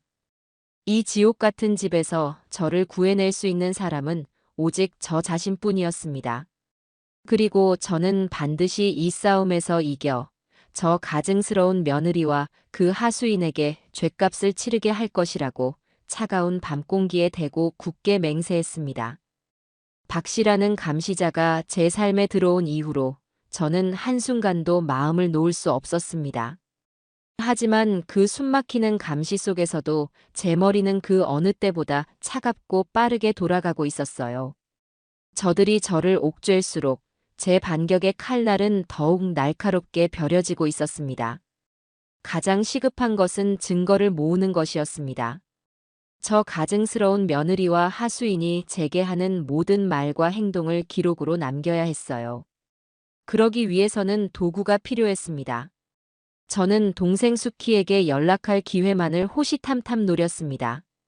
박 씨는 제가 전화기를 만지는 것조차 용납하지 않았지만 저에게는 저만의 방법이 있었죠. 저는 며칠 동안 일부러 음식을 거의 입에 대지 않았습니다. 그러자 기력이 쇠약해진 저는 시름시름 앓기 시작했어요. 물론 이것 또한 제 연기였습니다. 박 씨는 제 상태가 심상치 않다고 느꼈는지 며느리에게 보고했고 정은이는 혹시라도 제가 잘못되기라도 하면 모든 계획이 수포로 돌아갈까봐 덜컥 겁을 먹은 듯 했습니다. 어머니, 왜 그러세요? 어디 아프세요? 정은이는 제 이마를 짚으며 호들갑을 떨었습니다. 저는 쉰 목소리로 겨우 대답했어요. 죽겠다, 온몸이 아파서 죽겠어. 옛날에 동생이 지어주던 약을 먹어야 낫는데. 저는 일부러 동생 수키의 이름을 꺼냈습니다. 며느리는 잠시 고민하는 듯 하더니 박 씨에게 눈짓을 했습니다. 박 선생님, 아무래도 안 되겠어요. 제가 회사에 잠깐 다녀와야 하니 어머니 모시고 병원이라도 다녀오세요. 혹시 모르니 어머니 동생분, 그러니까 제게는 이모님이죠. 이모님께도 연락해서 병원으로 오시라고 하세요. 자신이 직접 동생에게 연락하면 의심을 살까봐 박 씨를 시켜 제3자인 의사 앞에서 자연스럽게 만나도록 자리를 만들려는 속셈이었을 겁니다. 모든 것이 제 계획대로 되어가고 있었어요. 박 씨는 마지못해 저를 부축해 병원으로 향했습니다. 병원으로 가는 택시 안에서 박 씨는 동생에게 전화를 걸어 병원 위치를 알려주더군요. 저는 기력이 없는 척 눈을 감고 있었지만 귀는 활짝 열어두고 있었습니다. 잠시 후 병원 응급실에 도착했고 얼마 지나지 않아 동생 수키가 헐레벌떡 뛰어들어왔습니다. 언니, 괜찮아? 어디가 어떻게 아픈 거야? 동생은 제 손을 잡고 울상을 지었습니다. 그 연기력 하나는 저보다 한 수 위였어요. 박 씨는 그런 우리를 의심스러운 눈초리로 지켜보고 있었습니다. 의사는 제게 몇 가지 검사를 하더니 노쇠로 인한 기력 저하 외에는 별다른 이상이 없다고 진단했습니다. 링거를 한 대 맞고 안정을 취하라는 처방이 내려졌죠. 저는 링거를 맞는 동안 동생에게 화장실에 가고 싶다는 신호를 보냈습니다. 수키야, 나 화장실 좀. 그래, 언니. 내가 부축해 줄게. 박 씨가 따라 나서려고 하자 동생이 날카롭게 쏘아붙였습니다. 아줌마는 여기 있어요. 우리 언니 옷 갈아입고 할 수도 있는데 따라 들어오게. 내가 알아서 모실 테니까 신경 꺼요. 동생의 귀에 눌린 박 씨는 더 이상 아무 말도 하지 못하고 자리에 남았습니다. 화장실 칸에 들어서자마자 동생은 품속에서 작은 물건 하나를 꺼내 제 손에 쥐어주었습니다. 손톱만 한 크기의 소형 녹음기였습니다. 언니, 이거 사용법은 아주 간단해. 이쪽 버튼을 누르면 녹음 시작, 다시 누르면 정지야. 충전도 넉넉하게 해뒀으니 며칠은 갈 거야. 옷 안주머니 같은데 잘 숨겨둬. 알았지? 고맙다, 수키야. 정말 고마워. 조심해야 해. 절대로 들키면 안 돼. 그리고 언니 통장이랑 도장은 내가 잘 가지고 있으니까 그건 걱정하지 마. 내가 은행에도 미리 다 연락해놨어. 언니 본인 아니면 절대 인출이나 거래 못하도록 말이야. 동생의 치밀함에 저는 마음이 놓였습니다. 우리는 서둘러 볼일을 마치는 척하고 다시 병실로 돌아왔습니다. 어린 거를 다 맞고 집으로 돌아오는 길, 제 옷 안주머니 속에는 세상 그 어떤 무기보다도 강력한 진실의 귀가 숨겨져 있었습니다. 그날부터 저는 녹음기를 10분 활용하기 시작했습니다. 며느리와 박 씨는 제가 없는 사람인 것처럼, 혹은 아무것도 알아듣지 못하는 식물인간인 것처럼 제 앞에서 온갖 비밀 이야기들을 쏟아냈습니다. 박 선생님, 그 영감탱이 도장 아직도 못 찾았어요? 네, 사모님. 온 집안을 다 뒤졌는데 코빼기도 안 보이네요. 정말로 어디 뒀는지 잊어버린 거 아닐까요? 그럴 리가. 분명히 어딘가에 숨겨뒀을 거야. 정 안 되면 위임장이라도 하나 만들어서 지장을 찍게 해야지. 손가락만 있으면 되는 거니까.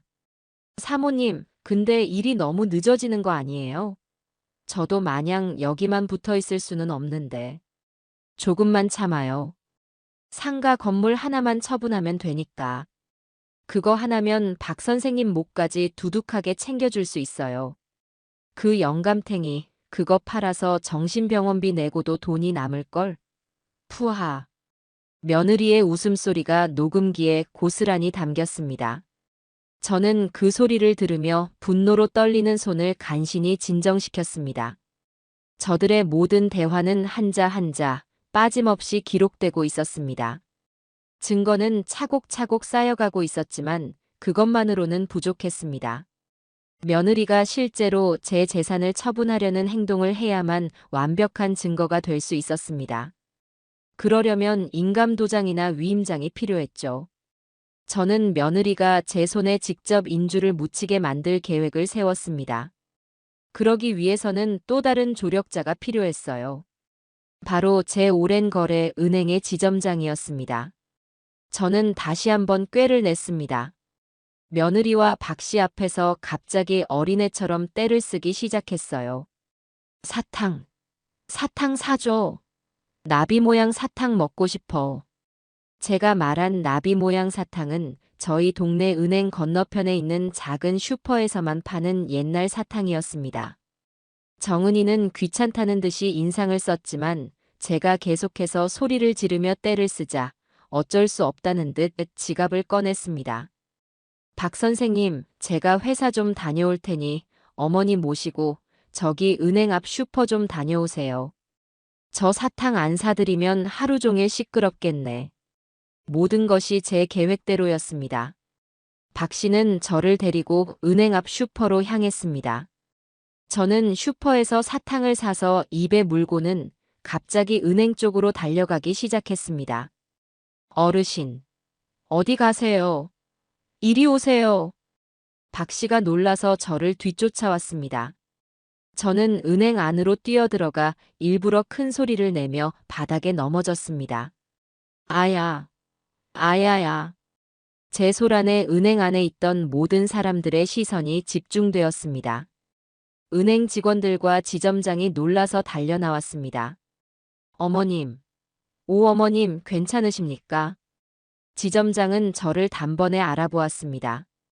제가 남편과 함께 이 은행을 30년 넘게 거래해 온 VIP 고객이었으니까요. 저는 지점장의 부축을 받으며 일어나는 척 그의 손에 몰래 작은 쪽지 하나를 쥐어주었습니다. 그 쪽지에는 딱 한 문장이 쓰여 있었습니다. 며느리를 믿지 마세요. 제가 아닌 다른 사람이 제 재산에 손을 대려 하면 즉시 경찰에 신고해 주세요. 지점장은 잠시 놀란 표정을 짓더니 이내 상황을 파악한 듯 제게 눈짓을 했습니다. 그때 박 씨가 달려들어와 제 팔을 거칠게 잡아 끌었습니다. 어르신, 여기서 이러시면 어떡해요? 어서 가시죠. 아니, 이분은 누구신데 저희 고객님께 이렇게 함부로 하십니까? 지점장이 박 씨의 앞을 막아서며 위엄 있게 말했습니다. 저는 이 어르신 요양보호사입니다. 어르신이 지금 정신이 온전치 않으셔서요. 죄송합니다. 정신이 온전치 않다니요? 오 어머님은 제가 뵌 지 수십 년이지만 이렇게 정정하신 분이 없습니다. 오히려 당신이 더 수상해 보이는군요. 신분증 좀 보여주시겠습니까? 지점장의 단호한 태도에 박 씨는 당황한 기색이 역력했습니다. 저는 그 틈을 타 지점장에게만 들리도록 작은 목소리로 속삭였습니다. 며느리가 제 재산을 노리고 있어요. 곧 위임장 같은 걸 들고 찾아올지도 몰라요.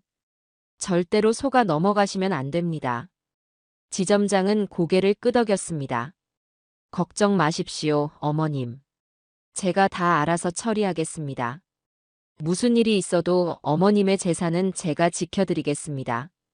든든한 아군을 얻은 저는 마음이 한결 가벼워졌습니다. 박 씨는 지점장의 기세에 눌려 더 이상 아무 말도 못하고 저를 데리고 은행을 나왔습니다. 집으로 돌아온 박 씨는 며느리에게 은행에서 있었던 일을 모두 일러 바쳤습니다. 사모님, 아무래도 은행에 미리 손을 써두는 게 좋겠습니다. 지점장이 그 영감탱이 편을 드는 것 같아요. 뭐라고요? 웃기지도 않네.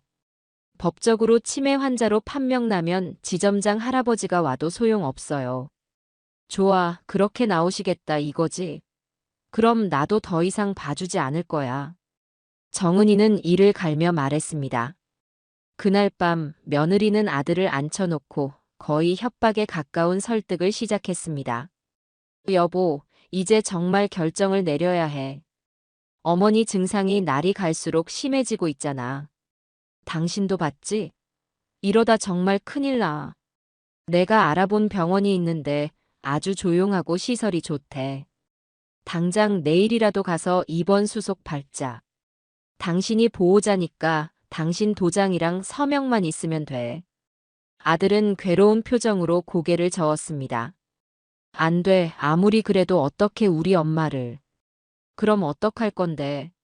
저렇게 집안에서 소란 피우고 밖에 나가서 사고 치는 걸 그냥 보고만 있을 거야? 당신 정말 답답하게 굴지 마. 이건 다 어머니를 위한 일이라고 몇 번을 말해. 당신이 정 못하겠으면 내가 당신 도장 가지고 가서 찍으면 그만이야.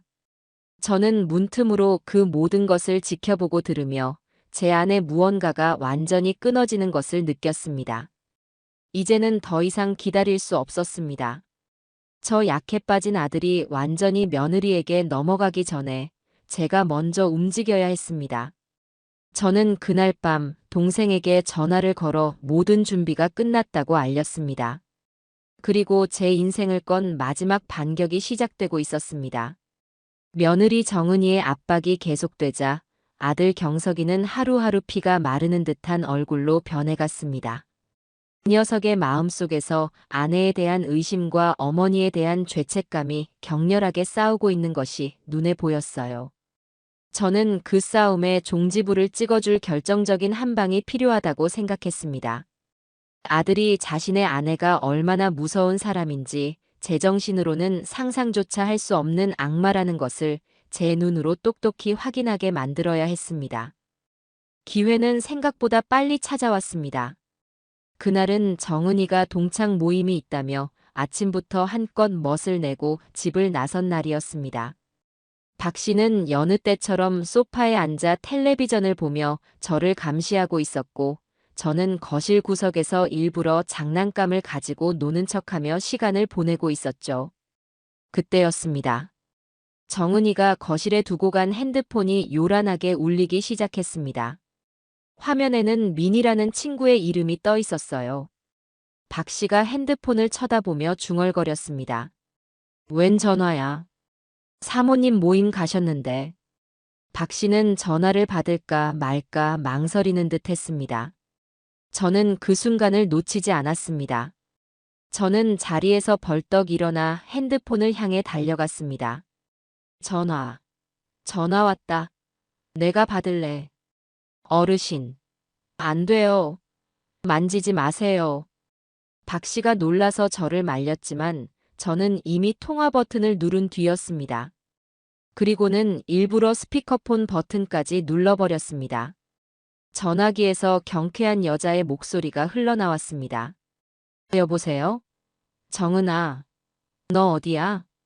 제가 전화를 받자 박 씨는 당황해서 어쩔 줄을 몰라 했습니다. 제가 무슨 짓을 할까봐 섣불리 핸드폰을 빼앗지도 못하고 제 눈치만 살피더군요. 저는 전화기에 대고 옹알이하듯 아무 말이나 짓거렸습니다. 응애. 나 아가야. 깎아줘. 수화기 너머의 친구는 황당하다는 듯이 웃음을 터뜨렸습니다. 뭐야, 너 술 마셨냐? 웬 아기 흉내야. 그나저나 너 대단하다. 시어머니는 어떻게 됐어? 계획대로 잘 돼가. 저는 심장이 쿵 내려앉는 것 같았습니다. 스피커폰을 통해 흘러나오는 모든 대화가 거실에 생생하게 울려 퍼지고 있었습니다. 그리고 운명의 장난처럼 그때 마침 회사에서 서류를 챙기러 잠시 집에 들른 아들 경석이가 현관문을 열고 들어서고 있었습니다. 아들은 거실의 광경을 보고 그 자리에 얼어붙었습니다. 전화기 속 친구는 아무것도 모른 채 신나게 이야기를 이어갔습니다. 하긴 너 같은 여우가 하는 일인데 실패할 리가 있나. 근데 정말 괜찮겠어? 나중에라도 들키면 어떡하려고. 그거 완전 범죄잖아. 걱정 마. 우리 남편은 완전 내 손바닥 아니거든. 약간 마마보이 기질이 있어서 처음에는 좀 낑낑대더니 요즘은 거의 포기한 것 같아. 시어머니도 요즘 연기력이 아주 물이 오르셨어. 진짜 치매 노인 같더라니까. 조만간 싹 정리하고 정신병원에 보내버리면 게임 끝이야. 잠깐만요. 이 목소리는 며느리 정은이의 목소리였습니다. 아마 친구가 아니라 정은이가 다른 번호로 자신에게 전화를 걸어 통화 내용을 녹음이라도 해두려던 모양이었습니다. 아니면 이중으로 핸드폰을 쓰는 걸지도 몰랐죠. 어느 쪽이든 상관없었습니다. 며느리의 진짜 속마음이 그 잔인하고 끔찍한 계획이 아들의 귀에 똑똑히 박히고 있었으니까요. 그 영감탱이 명의로 된 상가 건물 그거 하나만 팔아도 내 빚은 다 갚고도 남아. 그럼 당신이랑 같이 해외여행이나 실컷 다녀야지. 아, 생각만 해도 짜릿하다. 지긋지긋한 시어머니 잔소리도 안 듣고 돈 걱정도 없고. 이게 바로 인생 역전 아니겠어? 푸하. 정은이의 경박한 웃음소리가 스피커폰을 찢을 듯이 울려 퍼졌습니다. 그 순간 아들의 손에 들려있던 서류 가방이 바닥으로 툭 떨어졌습니다. 아들의 얼굴은 더 이상 하얗게 질리는 수준을 넘어 회색빛으로 변해 있었습니다. 핏기 하나 없는 입술을 파들파들 떨며 아들은 비틀거리며 전화기를 향해 걸어왔습니다. 박 씨는 뒤늦게 아들을 발견하고 사색이 되어 어쩔 줄을 몰라 했습니다. 도련님, 그게 아니고요, 이건. 아들은 박 씨를 거칠게 밀치고 전화기를 빼앗아 들었습니다. 그리고는 전화기에 대고 지옥의 밑바닥에서 올라오는 듯한 목소리로 나지막이 말했습니다. 너 구정은. 수화기 너머의 며느리는 갑작스러운 아들의 목소리에 비명을 질렀습니다. 여보, 당신이 왜 전화를 받아요? 아니, 집에 왜 지금? 너 지금 어디야? 당장 들어와. 아들은 그 말만 남기고 전화를 끊어버렸습니다. 그리고는 부서져라 전화기를 바닥에 내동댕이 쳤습니다. 거실에는 지독한 침묵만이 흘렀습니다. 아들은 한참 동안 아무 말 없이 허공을 응시했습니다. 그 눈에서는 눈물조차 흐르지 않았습니다. 모든 감정이 증발해버린 사람처럼 텅 빈 눈으로 서 있을 뿐이었습니다. 저는 조용히 아들에게 다가가 그 차가운 손을 잡았습니다. 경석아. 그제야 아들은 무너져 내렸습니다. 제 앞에 주저앉아 어린아이처럼 목 놓아 울기 시작했습니다. 엄마, 내가 잘못했어요. 내가 미친놈이었어요. 내가 내 아내라는 저 악마 같은 여자의 말을 믿고 엄마를 의심했어요. 엄마, 미안해요. 정말 미안해요. 아들은 제 발치에 엎드려 용서를 빌었습니다. 저는 그런 아들의 머리를 쓰다듬으며 함께 울었습니다. 이제야 길고 긴 터널의 끝에서 제 아들이 돌아온 것이었습니다. 얼마 지나지 않아 며느리 정은이가 사색이 된 얼굴로 집에 뛰어들어왔습니다. 엉망이 된 거실과 울고 있는 저와 아들, 그리고 안절부절 못하는 박 씨를 보자 모든 상황을 파악한 듯 했습니다. 하지만 정은이는 끝까지 포기하지 않았습니다. 여보, 이게 다 오해야. 저 여자가, 저 민이라는 애가 나한테 악감정이 있어서 거짓말한 거야. 믿어줘, 응? 정은이는 아들에게 매달리며 애원했습니다. 하지만 아들은 싸늘하게 정은이를 뿌리쳤습니다. 그만해. 네 목소리 내가 모를 것 같아? 아니야. 정말 아니야. 어머니가 좀 말해주세요. 제가 어머니한테 얼마나 잘했는지 아시잖아요. 네. 정은이는 이제 제게 매달렸습니다. 저는 그런 며느리를 차갑게 내려다보며 제 생애 처음으로 가장 단호하고 무서운 목소리로 말했습니다. 나가. 내 아들 집에서 그리고 내 눈앞에서 당장 사라져. 제 말에 정은이는 그 자리에 주저앉아 버렸습니다. 그때까지 제 눈치만 보던 박 씨가 슬그머니 도망치려고 하자 아들이 소리쳤습니다. 당신도 거기서. 경찰 부르기 전에. 그날 밤 우리 집에서는 모든 진실이 폭로되었습니다. 아들은 며느리의 가방과 소지품을 샅샅이 뒤졌고 그 안에서는 제가 생각했던 것보다 더 끔찍한 증거들이 쏟아져 나왔습니다. 며느리의 핸드폰에는 사채업자들에게 보낸 빚 독촉 문자가 가득했고 노트북 검색 기록에는 정신병원 강제 입원 절차, 성년 후견인 제도 악용 사례, 사망보험금 상속 순위 같은 무시무시한 단어들이 남아 있었습니다. 며느리가 노린 것은 단순히 제 재산뿐만이 아니었을지도 모른다는 생각에 등골이 오싹해졌습니다. 모든 증거 앞에서 며느리와 박 씨는 결국 모든 범행을 자백했습니다.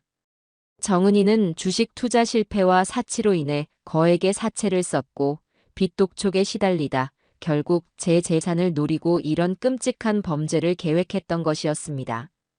아들은 그 길로 며느리를 집에서 내쫓았습니다. 싹싹 빌며 용서를 구하는 정은이에게 아들은 얼음장처럼 차가운 목소리로 말했습니다. 너는 내 아내이기도 전에 인간이 아니야. 법정에서 보자. 모든 폭풍이 지나간 뒤 집에는 저와 아들, 단둘만이 남았습니다. 아들은 제 앞에 다시 한번 무릎을 꿇고 말했습니다. 엄마, 이제부터는 제가 엄마 옆에서 모든 것을 지킬게요. 저 악마 같은 것들 반드시 죗값을 치르게 만들겠습니다. 그러니 저를 한 번만 용서해 주세요. 저는 말없이 아들을 일으켜 세워 안아주었습니다. 늦었지만 이제라도 제 아들이 제자리로 돌아온 것만으로도 충분했습니다. 이제 남은 것은 저 악마들에게 합당한 처벌을 내리는 것뿐이었습니다. 저와 아들은 다음 날 아침 곧바로 변호사를 찾아가기로 했습니다. 길고 길었던 어둠의 시간이 끝나고 마침내 반격의 아침이 밝아오고 있었습니다. 다음 날 아침 저와 아들 경석이 그리고 소식을 듣고 한달음에 달려온 동생 수키까지 세 사람은 비장한 표정으로 변호사 사무실의 문을 열었습니다. 동생이 수소문에서 찾아낸 형사사건 전문 베테랑 변호사였습니다. 우리는 상담실에 마주 앉아 그동안 있었던 모든 일을 털어놓았습니다. 제가 차에서 뛰어내린 날부터 위조된 진단서, 며느리와 하수인의 대화가 담긴 녹음 파일, 그리고 어젯밤에 발견된 며느리의 빚 독촉 문자와 소름 끼치는 인터넷 검색 기록까지 모든 증거를 변호사 앞에 내려놓았습니다. 변호사는 안경을 고쳤으며 우리가 가져온 자료들을 꼼꼼하게 검토했습니다. 그의 표정은 점점 심각해졌습니다. 모든 검토를 마친 변호사는 고개를 들고 입을 열었습니다. 어머님, 정말 힘든 시간을 보내셨군요. 이건 단순한 가족 간의 다툼이 아닙니다. 명백한 형사 사건입니다. 사문서 위조, 사기 미수, 협박. 적용될 수 있는 혐의가 한두 가지가 아닙니다. 변호사의 말에 우리는 희망을 보았습니다. 그럼 저것들을 당장 감옥에 보낼 수 있는 겁니까? 동생이 흥분해서 묻자 변호사는 침착하게 대답했습니다. 증거는 충분합니다. 하지만 저쪽에서 어머님의 정신 상태를 문제 삼아 법정에서 진흙탕 싸움을 만들 가능성이 높습니다. 피해자가 치매 증상이 있어 모든 것을 오해하고 있다는 식으로 나올 것이 분명하거든요. 물론 위조된 진단서가 있어 반박은 가능하지만 재판을 더 확실하게 그리고 완벽하게 이기기 위해서는 저들이 빼도 박도 못할 함정을 하나 파는 것이 좋겠습니다. 함정이라니요? 아들이 묻자 변호사는 의미심장한 미소를 지으며 말했습니다. 가해자가 스스로 자신의 범죄 현장을 생중계하게 만드는 겁니다. 변호사의 계획은 치밀하고 대담했습니다. 우선 아들이 며느리에게 연락해 마지막으로 기회를 주겠다며 집으로 불러들이는 것이었습니다. 엄마가 여전히 정신을 못 차리시니 당신 말대로 병원에 모시는 걸 고려해 보겠다. 그러니 집에 와서 마지막으로 엄마를 설득해 봐라라는 식으로 미끼를 던지는 것이었죠. 그리고 그 모든 상황을 집안에 설치된 소형 카메라로 녹화하는 것이었습니다. 며느리는 분명 의심하면서도 제안을 거절하지 못할 겁니다. 어머님의 재산을 손에 넣을 마지막 기회라고 생각할 테니까요. 아마 혼자 오지 않고 어머님을 강제로 끌고 갈 사람들을 대동하고 올 가능성이 높습니다. 그 현장을 그대로 영상으로 담는 겁니다. 현행범으로 체포될 수 있는 완벽한 증거가 되죠. 정말이지 통쾌한 계획이었습니다. 저는 그 자리에서 고개를 끄덕였습니다. 하겠습니다. 그 아이의 마지막 발악을 제 눈으로 똑똑히 보고 싶습니다. 그날 오후, 우리는 곧바로 작전에 돌입했습니다. 아들은 변호사가 시키는 대로 며느리에게 전화를 걸어 지친 목소리로 연기했습니다. 나 경석이야. 아무래도 당신 말이 맞는 것 같아. 엄마 증상이 더 심해졌어. 당신이 말한 그 병원 어쩔 수 없지만 알아봐야 할 것 같아. 그러니까 오늘 저녁에 집으로 와. 마지막으로 엄마 얼굴 보고 설득할 수 있으면 해봐. 수화기 너머의 며느리는 잠시 침묵하더니 이내 떨리는 목소리로 되물었습니다. 정말이야, 여보. 정말 그렇게 생각해 주는 거야? 그래. 대신 당신 혼자 와. 당신 친구니 뭐니 이상한 사람들 데리고 오지 말고. 아들은 일부러 혼자 오라는 말을 덧붙여 며느리의 의심을 피했습니다. 정은이는 감격에 찬 목소리로 알겠다고 대답하고 전화를 끊었습니다. 하지만 우리는 알고 있었습니다. 저 아이는 절대 혼자 오지 않을 거라는 것을. 전화를 끊자마자 동생과 저는 분주하게 움직였습니다. 동생은 전자상가로 달려가 성능 좋은 소형 카메라 여러 대를 사왔습니다. 그리고 아들은 며느리가 집에 도착하기 전에 집안 곳곳에 카메라를 설치하기 시작했습니다. 거실 탁자 위, 액자 뒤, 텔레비전 위, 그리고 현관문이 잘 보이는 신발장 위까지. 카메라는 사각지대 없이 집안의 모든 상황을 담을 수 있도록 설치되었습니다. 모든 준비를 마치고 나니 심장이 터질 것처럼 두근거렸습니다. 저는 다시 한번 치매 노인 연기를 해야 했습니다. 하지만 이번 연기는 이전과는 달랐습니다. 이것은 비극의 끝이자 희극의 시작을 알리는 마지막 무대였습니다. 약속된 저녁 시간이 되자 저는 거실 소FA에 멍하니 앉아 있었습니다. 아들은 제 옆에서 초조하게 현관문만 바라보고 있었고 동생은 만일의 사태에 대비해 작은 방에 숨어 모든 상황을 지켜보기로 했습니다. 변호사와는 계속 연락을 취하고 있었고 변호사는 이미 경찰의 협조를 구해 집 근처에서 대기하도록 조치해둔 상태였습니다. 딩동. 초인종 소리가 울렸습니다. 아들이 심호흡을 한 번 하고 현관으로 향했습니다. 문을 열자 그 앞에는 예상대로 며느리 정은이가 서 있었습니다. 그런데 혼자가 아니었습니다. 정은이의 뒤에는 건장한 남자 2명이 마치 그림자처럼 서 있었어요. 지난번 병원에서 본 가짜 의사와 간호사, 바로 그들이었습니다. 여보, 나왔어. 어머니는? 정은이는 애써 태어난 척하며 집 안으로 들어섰습니다. 아들은 일부러 놀란 척하며 물었습니다. 이 사람들은 누구야? 혼자 오라고 했잖아. 아, 이분들은 내가 말한 병원에서 나오신 분들이야. 어머니 상태가 어떤지 한번 보러 오셨어. 전문가들이시니까 분명 어머니 설득하는 데 도움이 될 거야. 기가 막힌 거짓말이었습니다. 남자들은 집 안으로 들어서자마자 저를 위아래로 훑어보았습니다. 그 눈빛은 환자를 대하는 눈빛이 아니라 사냥감을 노리는 포식자의 눈빛이었어요. 정은이는 제게 다가와 제 손을 잡으며 다정하게 말했습니다. 어머니, 저 정은이에요. 저랑 같이 좋은 데 가요, 네. 거기 가면 아무 걱정 없이 편하게 쉴 수 있어요. 저는 초점 없는 눈으로 정은이를 바라보며 중얼거렸습니다. 싫어, 안 가. 나는 집에 있을 거야. 제가 반항하자 정은이의 표정이 순간 차갑게 굳었습니다. 그리고는 뒤에 서 있던 남자들에게 턱짓을 했습니다. 남자들이 제게 다가와 양팔을 하나씩 붙잡았습니다. 어머니, 이러시면 안 됩니다. 저희랑 같이 가시죠. 이거 놔라. 사람 살려. 저는 일부러 소리를 지르며 발버둥 쳤습니다. 그 순간 아들이 남자들의 앞을 막아서며 소리쳤습니다. 당신들 지금 뭐 하는 짓이야?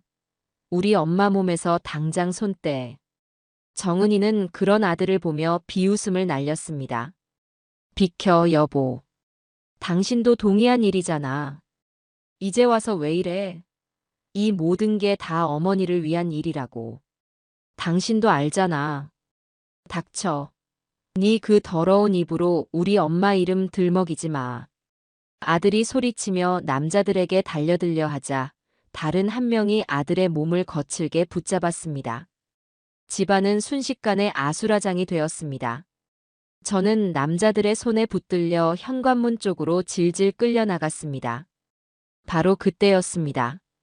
벌컥. 현관문이 거칠게 열리며 밖에서 대기하고 있던 경찰들이 들이닥쳤습니다. 움직이지 마. 모두 손들어. 경찰들의 외침에 정은이와 남자들의 얼굴이 하얗게 질렸습니다. 그들은 자신들이 완벽한 함정에 빠졌다는 사실을 그제야 깨달은 듯 했습니다. 이게 무슨 짓이에요? 우리는 저 환자분을 보호하러 온 건데. 저기 저 아들분도 동의했다고요. 정은이는 끝까지 발뺌하며 소리쳤습니다. 하지만 작은 방에서 나온 동생이 핸드폰으로 촬영한 영상과 집안에 설치된 카메라들이 그 모든 상황을 녹화하고 있다는 사실을 보여주자 정은이의 얼굴은 절망으로 일그러졌습니다. 현행범으로 당신들을 모두 체포합니다. 당신들은 묵비권을 행사할 수 있으며 변호사를 선임할 권리가 있습니다. 정은이와 2명의 남자 그리고 연락을 받고 현장에 달려온 박 씨까지 4사람의 손에 차가운 수갑이 채워졌습니다. 정은이는 경찰에게 끌려나가면서까지 저를 향해 악에 받친 눈으로 소리쳤습니다. 오숙자, 너 내가 가만두지 않을 거야. 너도 똑같이 만들어줄게. 저는 그런 며느리를 향해 제 인생에서 가장 차갑고 통쾌한 미소를 지어 보였습니다. 길고 길었던 연극이 마침내 막을 내리는 순간이었습니다. 수갑이 채워진 며느리 구정은과 그 일당이 경찰차에 오르는 모습을 저는 거실 창문을 통해 덤덤히 지켜보았습니다. 정은이는 마지막까지 제게 저주를 퍼부었지만 그 목소리는 더 이상 제게 아무런 영향을 미치지 못했어요. 마치 시끄러운 소음처럼 그저 제 귓가를 스쳐 지나갈 뿐이었습니다. 모든 것이 제자리로 돌아가고 있다는 안도감과 함께 길고 길었던 악몽에서 깨어나는 듯한 기분이 들었습니다. 경찰 조사는 신속하게 이루어졌습니다. 저와 아들, 그리고 동생은 피해자이자 참고인으로서 경찰서에 출석해 그동안 겪었던 모든 일들을 상세하게 진술했습니다. 저는 그 자리에서 동생이 보관하고 있던 소형 녹음기를 제출했습니다. 녹음기에는 며느리와 박 씨가 나눈 온갖 끔찍한 대화들, 제 재산을 어떻게 가로챌 것인지, 모의하고 저를 조롱하던 내용들이 생생하게 담겨 있었죠. 형사들은 녹음 내용을 확인하고는 혀를 내둘렀습니다. 그리고 결정적인 증거는 집안에 설치했던 소형 카메라 영상이었습니다.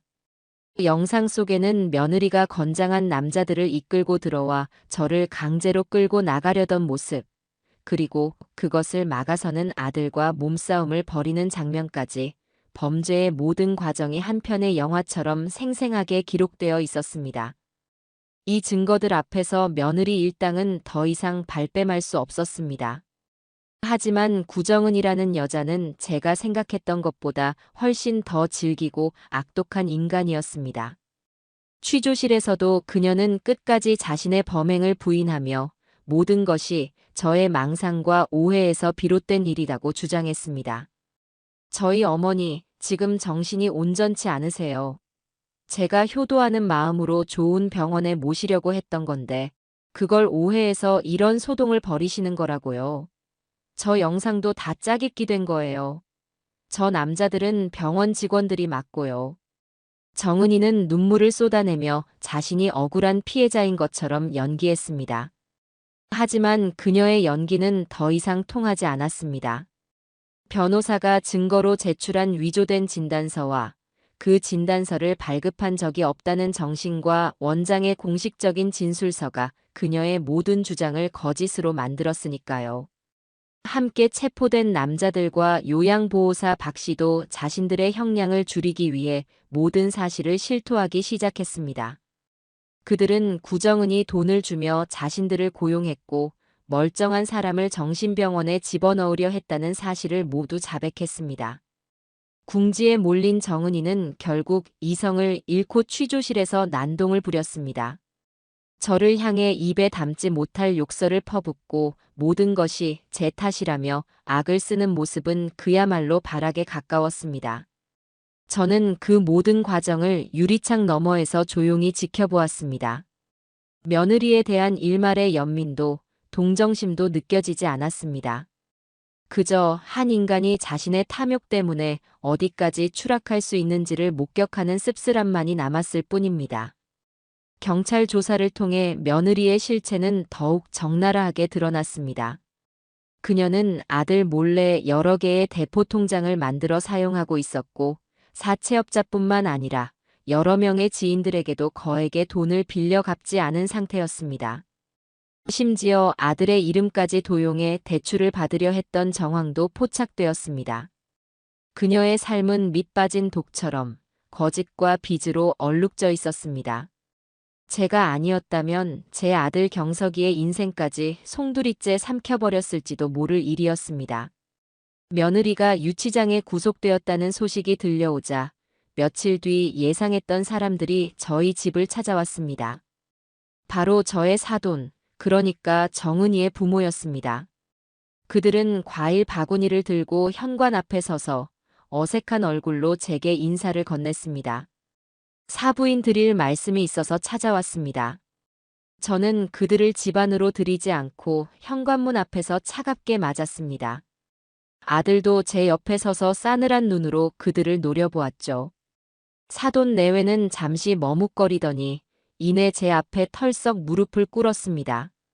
사부인, 저희가 죽을 죄를 지었습니다. 못난 딸 자식을 잘못 키운 저희 죄입니다. 부디 저희 딸 정은이를 용서해 주십시오. 그들은 눈물을 흘리며 제게 용서를 구했습니다. 하지만 그 눈물에서는 단 한 톨의 진심도 느껴지지 않았습니다. 그저 자신들의 딸이 감옥에 가게 될까봐, 그로 인해 자신들의 체면이 깎일까봐 두려워하는 이기적인 눈물일 뿐이었죠. 용서라니요. 제가 뭘 용서해야 합니까? 제 차가운 물음에 사돈 안사돈은 당황한 기색이 역력했습니다. 그 정은이가 어리석은 마음에 사부인 재산에 잠시 욕심을 냈던 모양입니다. 저희가 그 돈 다 갚겠습니다. 정은이가 진 빚도 저희가 어떻게든 다 해결하겠습니다. 그러니 제발 고소만은 취하해 주십시오. 애 인생 망치는 꼴은 볼 수가 없어서 그럽니다. 결국 돈 이야기였습니다. 그들은 이 모든 사건을 며느리가 시어머니 돈을 좀 탐내다 벌어진 어리석은 실수 정도로 생각하고 있었습니다. 저는 기가 막혀 헛웃음이 나왔습니다. 일어나세요. 저는 사돈 어른들께 무릎 꿇고 사과받을 이유가 없습니다. 제 단호한 말에 그들은 어쩔 줄 몰라 하며 서로의 얼굴만 쳐다보았습니다. 저는 제 인생에서 가장 차갑고 단호한 목소리로 말을 이었습니다. 댁의 따님이 탐낸 것은 단순히 제 돈이 아니었습니다. 제 목숨이었고 제 인생이었습니다. 멀쩡한 사람을 정신병자로 만들어 사회에서 매장시키고 제 모든 것을 빼앗으려 했습니다. 이것이 어찌 돈 몇 푼으로 해결될 수 있는 문제입니까? 사부인, 그래도. 그리고 말씀 중에 죄송하지만 따님 교육을 어떻게 시키셨기에 사람의 목숨을 가지고 그런 끔찍한 장난을 칩니까? 부모라면 자식이 잘못된 길을 갔을 때 회초리를 들어서라도 바로 잡아줄 생각을 해야지 어떻게 이렇게 찾아와서 돈으로 모든 것을 무마하려고 하십니까? 당신들은 정은이의 부모일 자격도 없습니다. 제 말은 비수처럼 날아가 그들의 가슴에 박혔습니다. 사돈의 얼굴이 하얗게 질렸습니다. 그들은 더 이상 아무 말도 하지 못했습니다. 저는 절대로 고소를 취하할 생각이 없습니다. 댁의 따님은 자신이 저지른 죗값을 법의 심판을 통해 반드시 치르게 될 겁니다. 그것이 제가 댁의 따님에게 베풀 수 있는 유일한 자비이자 당신들 부부가 부모로서 했어야 할 마지막 도리입니다. 돌아가세요. 그리고 다시는 제 앞에 나타나지 마십시오. 저는 그 말을 끝으로 현관문을 닫아버렸습니다. 문 밖에서 사돈 내외가 한참을 더 서성이는 듯 했지만 이내 포기하고 돌아가는 발소리가 들렸습니다. 문에 기대어 서 있는데 온몸에 힘이 쭉 빠졌습니다. 동생과 아들이 달려와 저를 부축했습니다. 언니 잘했어. 정말 잘했어. 엄마. 동생은 제 등을 두드리며 통쾌해했고 아들은 눈시울이 붉어진 채 제 손을 잡았습니다. 저는 그제야 참았던 숨을 길게 내쉬었습니다. 맞습니다. 저는 잘한 것이었습니다. 더 이상 착한 며느리를 둔 시어머니, 약하고 순한 아들을 둔 어머니로 살지 않기로 했습니다. 부당한 일에 맞서 싸우고 제 자신을 지킬 줄 아는 강한 오숙자로 다시 태어난 겁니다. 며칠 뒤 변호사에게서 연락이 왔습니다. 구정은이 결국 모든 혐의를 인정하고 검찰에 구속 송치되었다는 소식이었습니다. 함께 범행을 저지른 일당도 모두 같은 처지가 되었습니다. 이제 남은 것은 법의 심판뿐이었습니다. 저는 제 손으로 직접 저 악의 제국이 무너지는 것을 똑똑히 지켜볼 것이라고 다짐했습니다. 그 어떤 동정이나 연민도 없이 가장 차갑고 엄정한 눈으로 말입니다. 구정은에 대한 재판이 열리던 날, 법정은 쌀쌀한 공기로 가득 차 있었습니다. 저와 아들, 그리고 동생은 피해자석에 나란히 앉아 피고인석에 앉아 있는 며느리의 뒷모습을 바라보았습니다. 수의를 입은 정은이의 모습은 초라하기 그지없었지만 저는 그 모습에서 어떠한 동정심도 느낄 수 없었습니다. 오히려 저 자리에 앉아 있는 것이 당연하다는 생각뿐이었어요.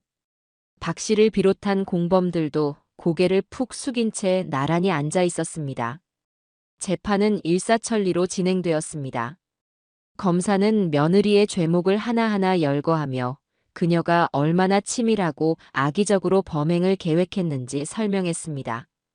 위조된 진단서, 협박이 담긴 녹음 파일, 그리고 저를 강제로 끌고 가려던 모습이 담긴 영상까지. 증거가 스크린에 하나씩 상영될 때마다 방청석에서는 나지막한 탄식이 터져 나왔습니다.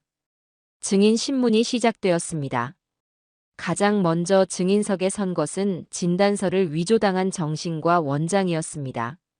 그는 자신이 저를 진료한 적이 없으며 제출된 진단서는 명백한 위조 문서임을 다시 한번 증언했습니다. 다음으로는 은행 지점장이었습니다. 그는 제가 얼마나 오랫동안 은행의 우수 고객이었으며 며느리가 저를 정신적으로 문제 있는 사람처럼 몰아가려 했던 정황을 상세하게 증언했습니다. 그리고 마침내 제 아들 경석이가 증인석에 섰습니다. 아들은 떨리는 목소리로 하지만 분명하고 단호한 어조로 아내였던 구정은의 모든 만행을 증언했습니다. 자신이 얼마나 아내에게 가스라이팅을 당해왔는지, 그리고 뒤늦게나마 모든 진실을 깨닫고 어머니의 편에 서게 되었는지 눈물로 호소했습니다. 저는 아내라는 저 악마의 말을 믿고 세상에서 가장 소중한 제 어머니를 의심했습니다. 저는 아들로서, 남편으로서, 그리고 한 인간으로서 자격이 없는 놈입니다. 하지만 저 괴물 같은 여자가 자신의 죗값을 제대로 치를 수 있도록 저는 오늘 이 자리에서 모든 것을 증언하겠습니다. 아들의 증언이 끝나자 정은이는 자리에서 벌떡 일어나 소리쳤습니다. 거짓말. 여보, 당신 어떻게 나한테 이럴 수 있어? 저 영감탱이가 당신한테 무슨 말을 했길래? 조용히 하세요, 피고인. 한 번만 더 재판 진행을 방해하면 즉시 퇴장시키겠습니다. 판사의 엄한 경고에 정은이는 다시 자리에 주저앉아 저를 원망스럽게 노려보았습니다. 그 눈빛은 여전히 조금의 반성도 담고 있지 않았습니다. 마지막으로 제 차례가 되었습니다. 저는 증인석에 서서 판사와 눈을 맞추었습니다. 떨릴 줄 알았는데 이상하게도 마음은 차분했습니다. 저는 그동안 겪었던 모든 일들을, 제 마음에 담아두었던 모든 분노와 슬픔을 담담하게 쏟아냈습니다. 존경하는 재판장님, 저는 지난 몇 달간 제 인생에서 가장 끔찍한 지옥을 경험했습니다. 아들의 아내로 맞았던 저 아이는 제 며느리가 아니라 제 목숨을 노리는 악마였습니다. 저 아이는 돈에 눈이 멀어 살아있는 저를 정신병자로 만들고 사회적으로 생매장하려 했습니다. 제가 만약 그날 달리는 차에서 뛰어내리지 않았다면 지금쯤 저는 창살 없는 감옥에 갇혀 소리 없는 비명을 지르고 있었을지도 모릅니다. 제 목소리가 법정 안에 조용히 울려 퍼졌습니다. 저는 저 아이에게 법이 허용하는 가장 엄한 처벌을 내려주시기를 간절히 바랍니다. 이것은 단순히 저 개인의 복수를 위함이 아닙니다. 다시는 이 땅에서 돈 때문에 부모를, 인간을 해치려는 끔찍한 범죄가 일어나지 않도록 하기 위함입니다. 부디 정의가 살아있다는 것을 보여주시길 바랍니다. 제 진술이 끝나자 법정은 잠시 동안 침묵에 휩싸였습니다. 검사의 최종 구형이 이어졌고 변호사의 최후 변론이 끝난 뒤 마침내 선고의 시간이 다가왔습니다. 판사는 준엄한 목소리로 판결문을 읽어내려갔습니다. 피고인 구정은은 배우자의 직계존속인 피해자를 상대로 인간의 존엄성을 짓밟는 반인륜적인 범죄를 저질렀다. 자신의 탐욕을 채우기 위해 치밀하게 범행을 계획하고 피해자에게 회복할 수 없는 깊은 정신적 충격을 안겨주었다는 점에서 그 죄질이 매우 불량하다. 또한 법정에 이르기까지 자신의 잘못을 뉘우치기는커녕 모든 책임을 피해자에게 전가하는 등 개전의 정이 전혀 보이지 않는다. 이에 재판부는 피고인에게 징역 7년을 선고한다. 땅, 땅, 땅. 의사봉 소리가 법정 안에 울려 퍼지는 순간 저는 저도 모르게 눈을 감았습니다. 징역 7년. 짧다면 짧고 길다면 긴 시간이었습니다. 하지만 저에게는 충분했습니다. 저 아이가 자신의 젊음 중 가장 빛나는 시기를 차가운 감옥에서 보내게 될 것이라는 사실만으로도요. 공범이었던 박 씨와 남자들에게도 각각 징역형과 집행유예가 선고되었습니다. 교도관들이 다가와 정은이의 팔을 붙들었습니다. 그녀는 마지막까지 발악하며 아들의 이름을 부르고 제게 저주를 퍼부었습니다. 하지만 그 모습은 이제 그저 패배자의 초라한 몸부림으로밖에 보이지 않았습니다. 정은이가 법정 밖으로 끌려나가는 모습을 끝까지 지켜본 뒤 저는 아들과 동생의 부축을 받으며 법원을 나섰습니다. 법원 계단을 내려오는데 가을 햇살이 유난히 따스하게 느껴졌습니다. 길고 길었던 싸움이 마침내 끝이 난 것이었습니다. 그 후 아들은 곧바로 이혼 소송을 제기했습니다. 정은이의 명백한 귀책 사유와 형사처벌 기록 때문에 이혼은 신속하게 처리되었습니다. 위자료는커녕 정은이가 아들 몰래 졌던 빚의 일부까지 아들이 떠안아야 할 뻔했지만 변호사의 도움으로 모든 재산 관계를 깔끔하게 정리할 수 있었습니다. 모든 법적 절차가 마무리되던 날, 아들은 제 앞에 통장 여러 개와 서류 봉투를 내려놓았습니다. 엄마, 이건 제 전 재산이에요. 아파트 판 돈이랑 제가 가진 모든 것들이에요.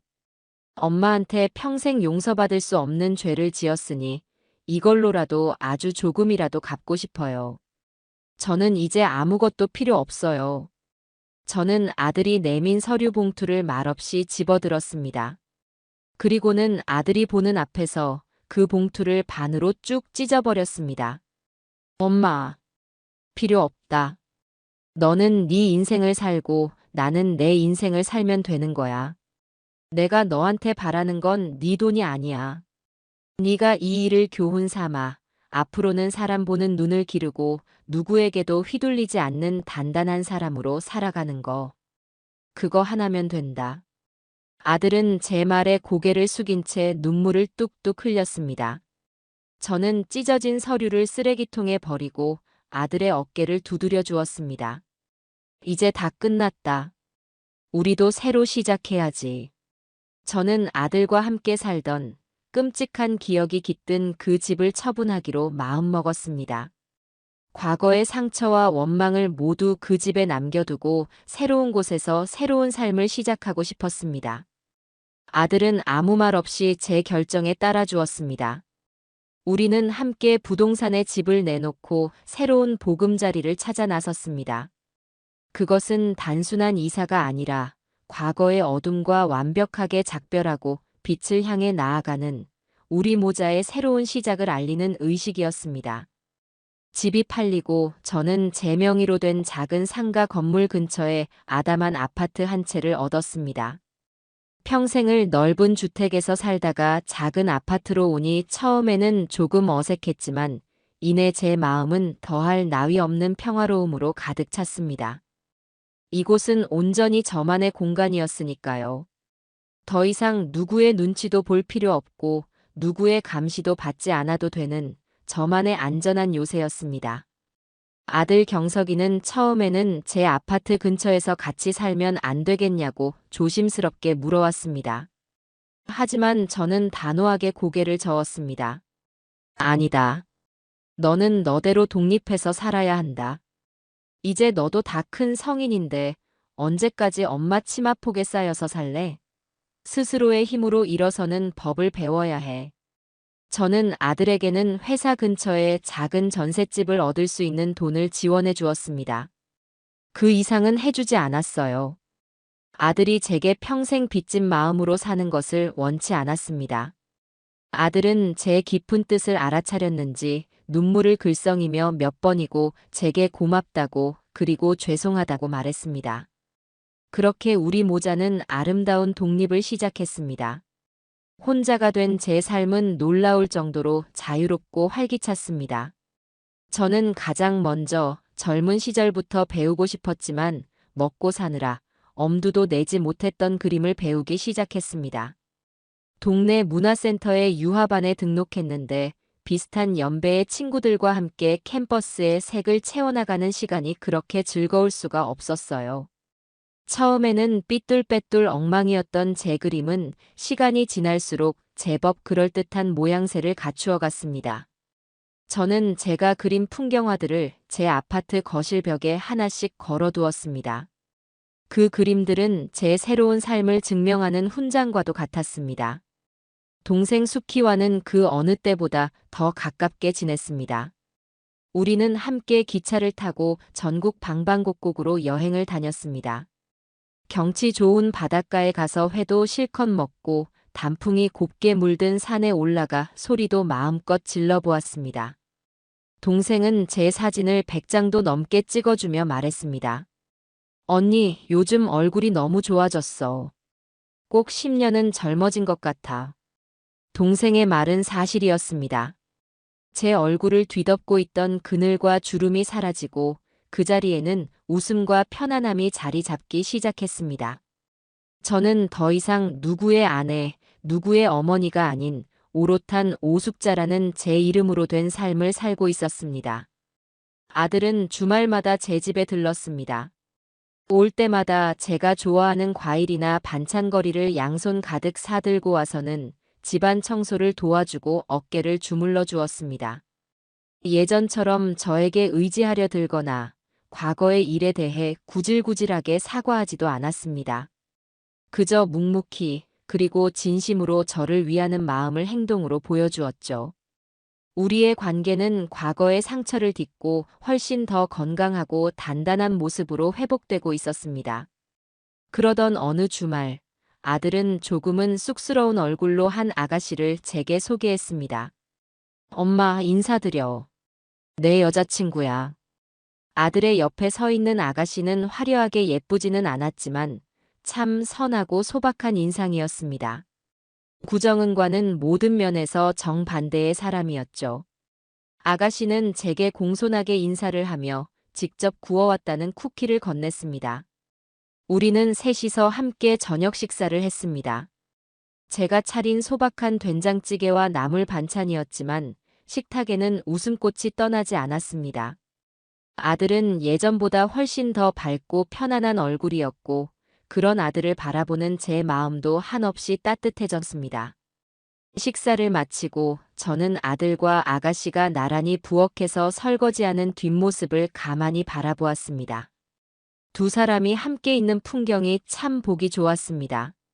문득 모든 것이 감사하게 느껴졌습니다. 만약 제가 그날 달리는 차에서 뛰어내릴 용기를 내지 못했다면 지금의 이 평화와 행복은 결코 존재하지 않았을 겁니다. 그날의 추락은 끝이 아니라 새로운 시작이었습니다. 저를 올가매던 과거의 굴레와 억압으로부터 뛰어내려 제 인생의 운전대를 제 스스로 잡기 시작한 위대한 도약이었습니다. 저는 거실 벽에 걸린 제 그림들을 바라보았습니다. 서툴지만 제 힘으로 직접 완성한 세상이었습니다. 그렇습니다.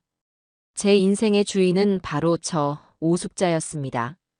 앞으로 제 캠퍼스에 어떤 그림들이 더 채워질지는 모르겠지만 한 가지는 확실했습니다. 그 그림들은 분명 세상 그 어떤 명화보다도 더 자유롭고 행복한 색깔들로 가득 채워질 것이라는 사실을요.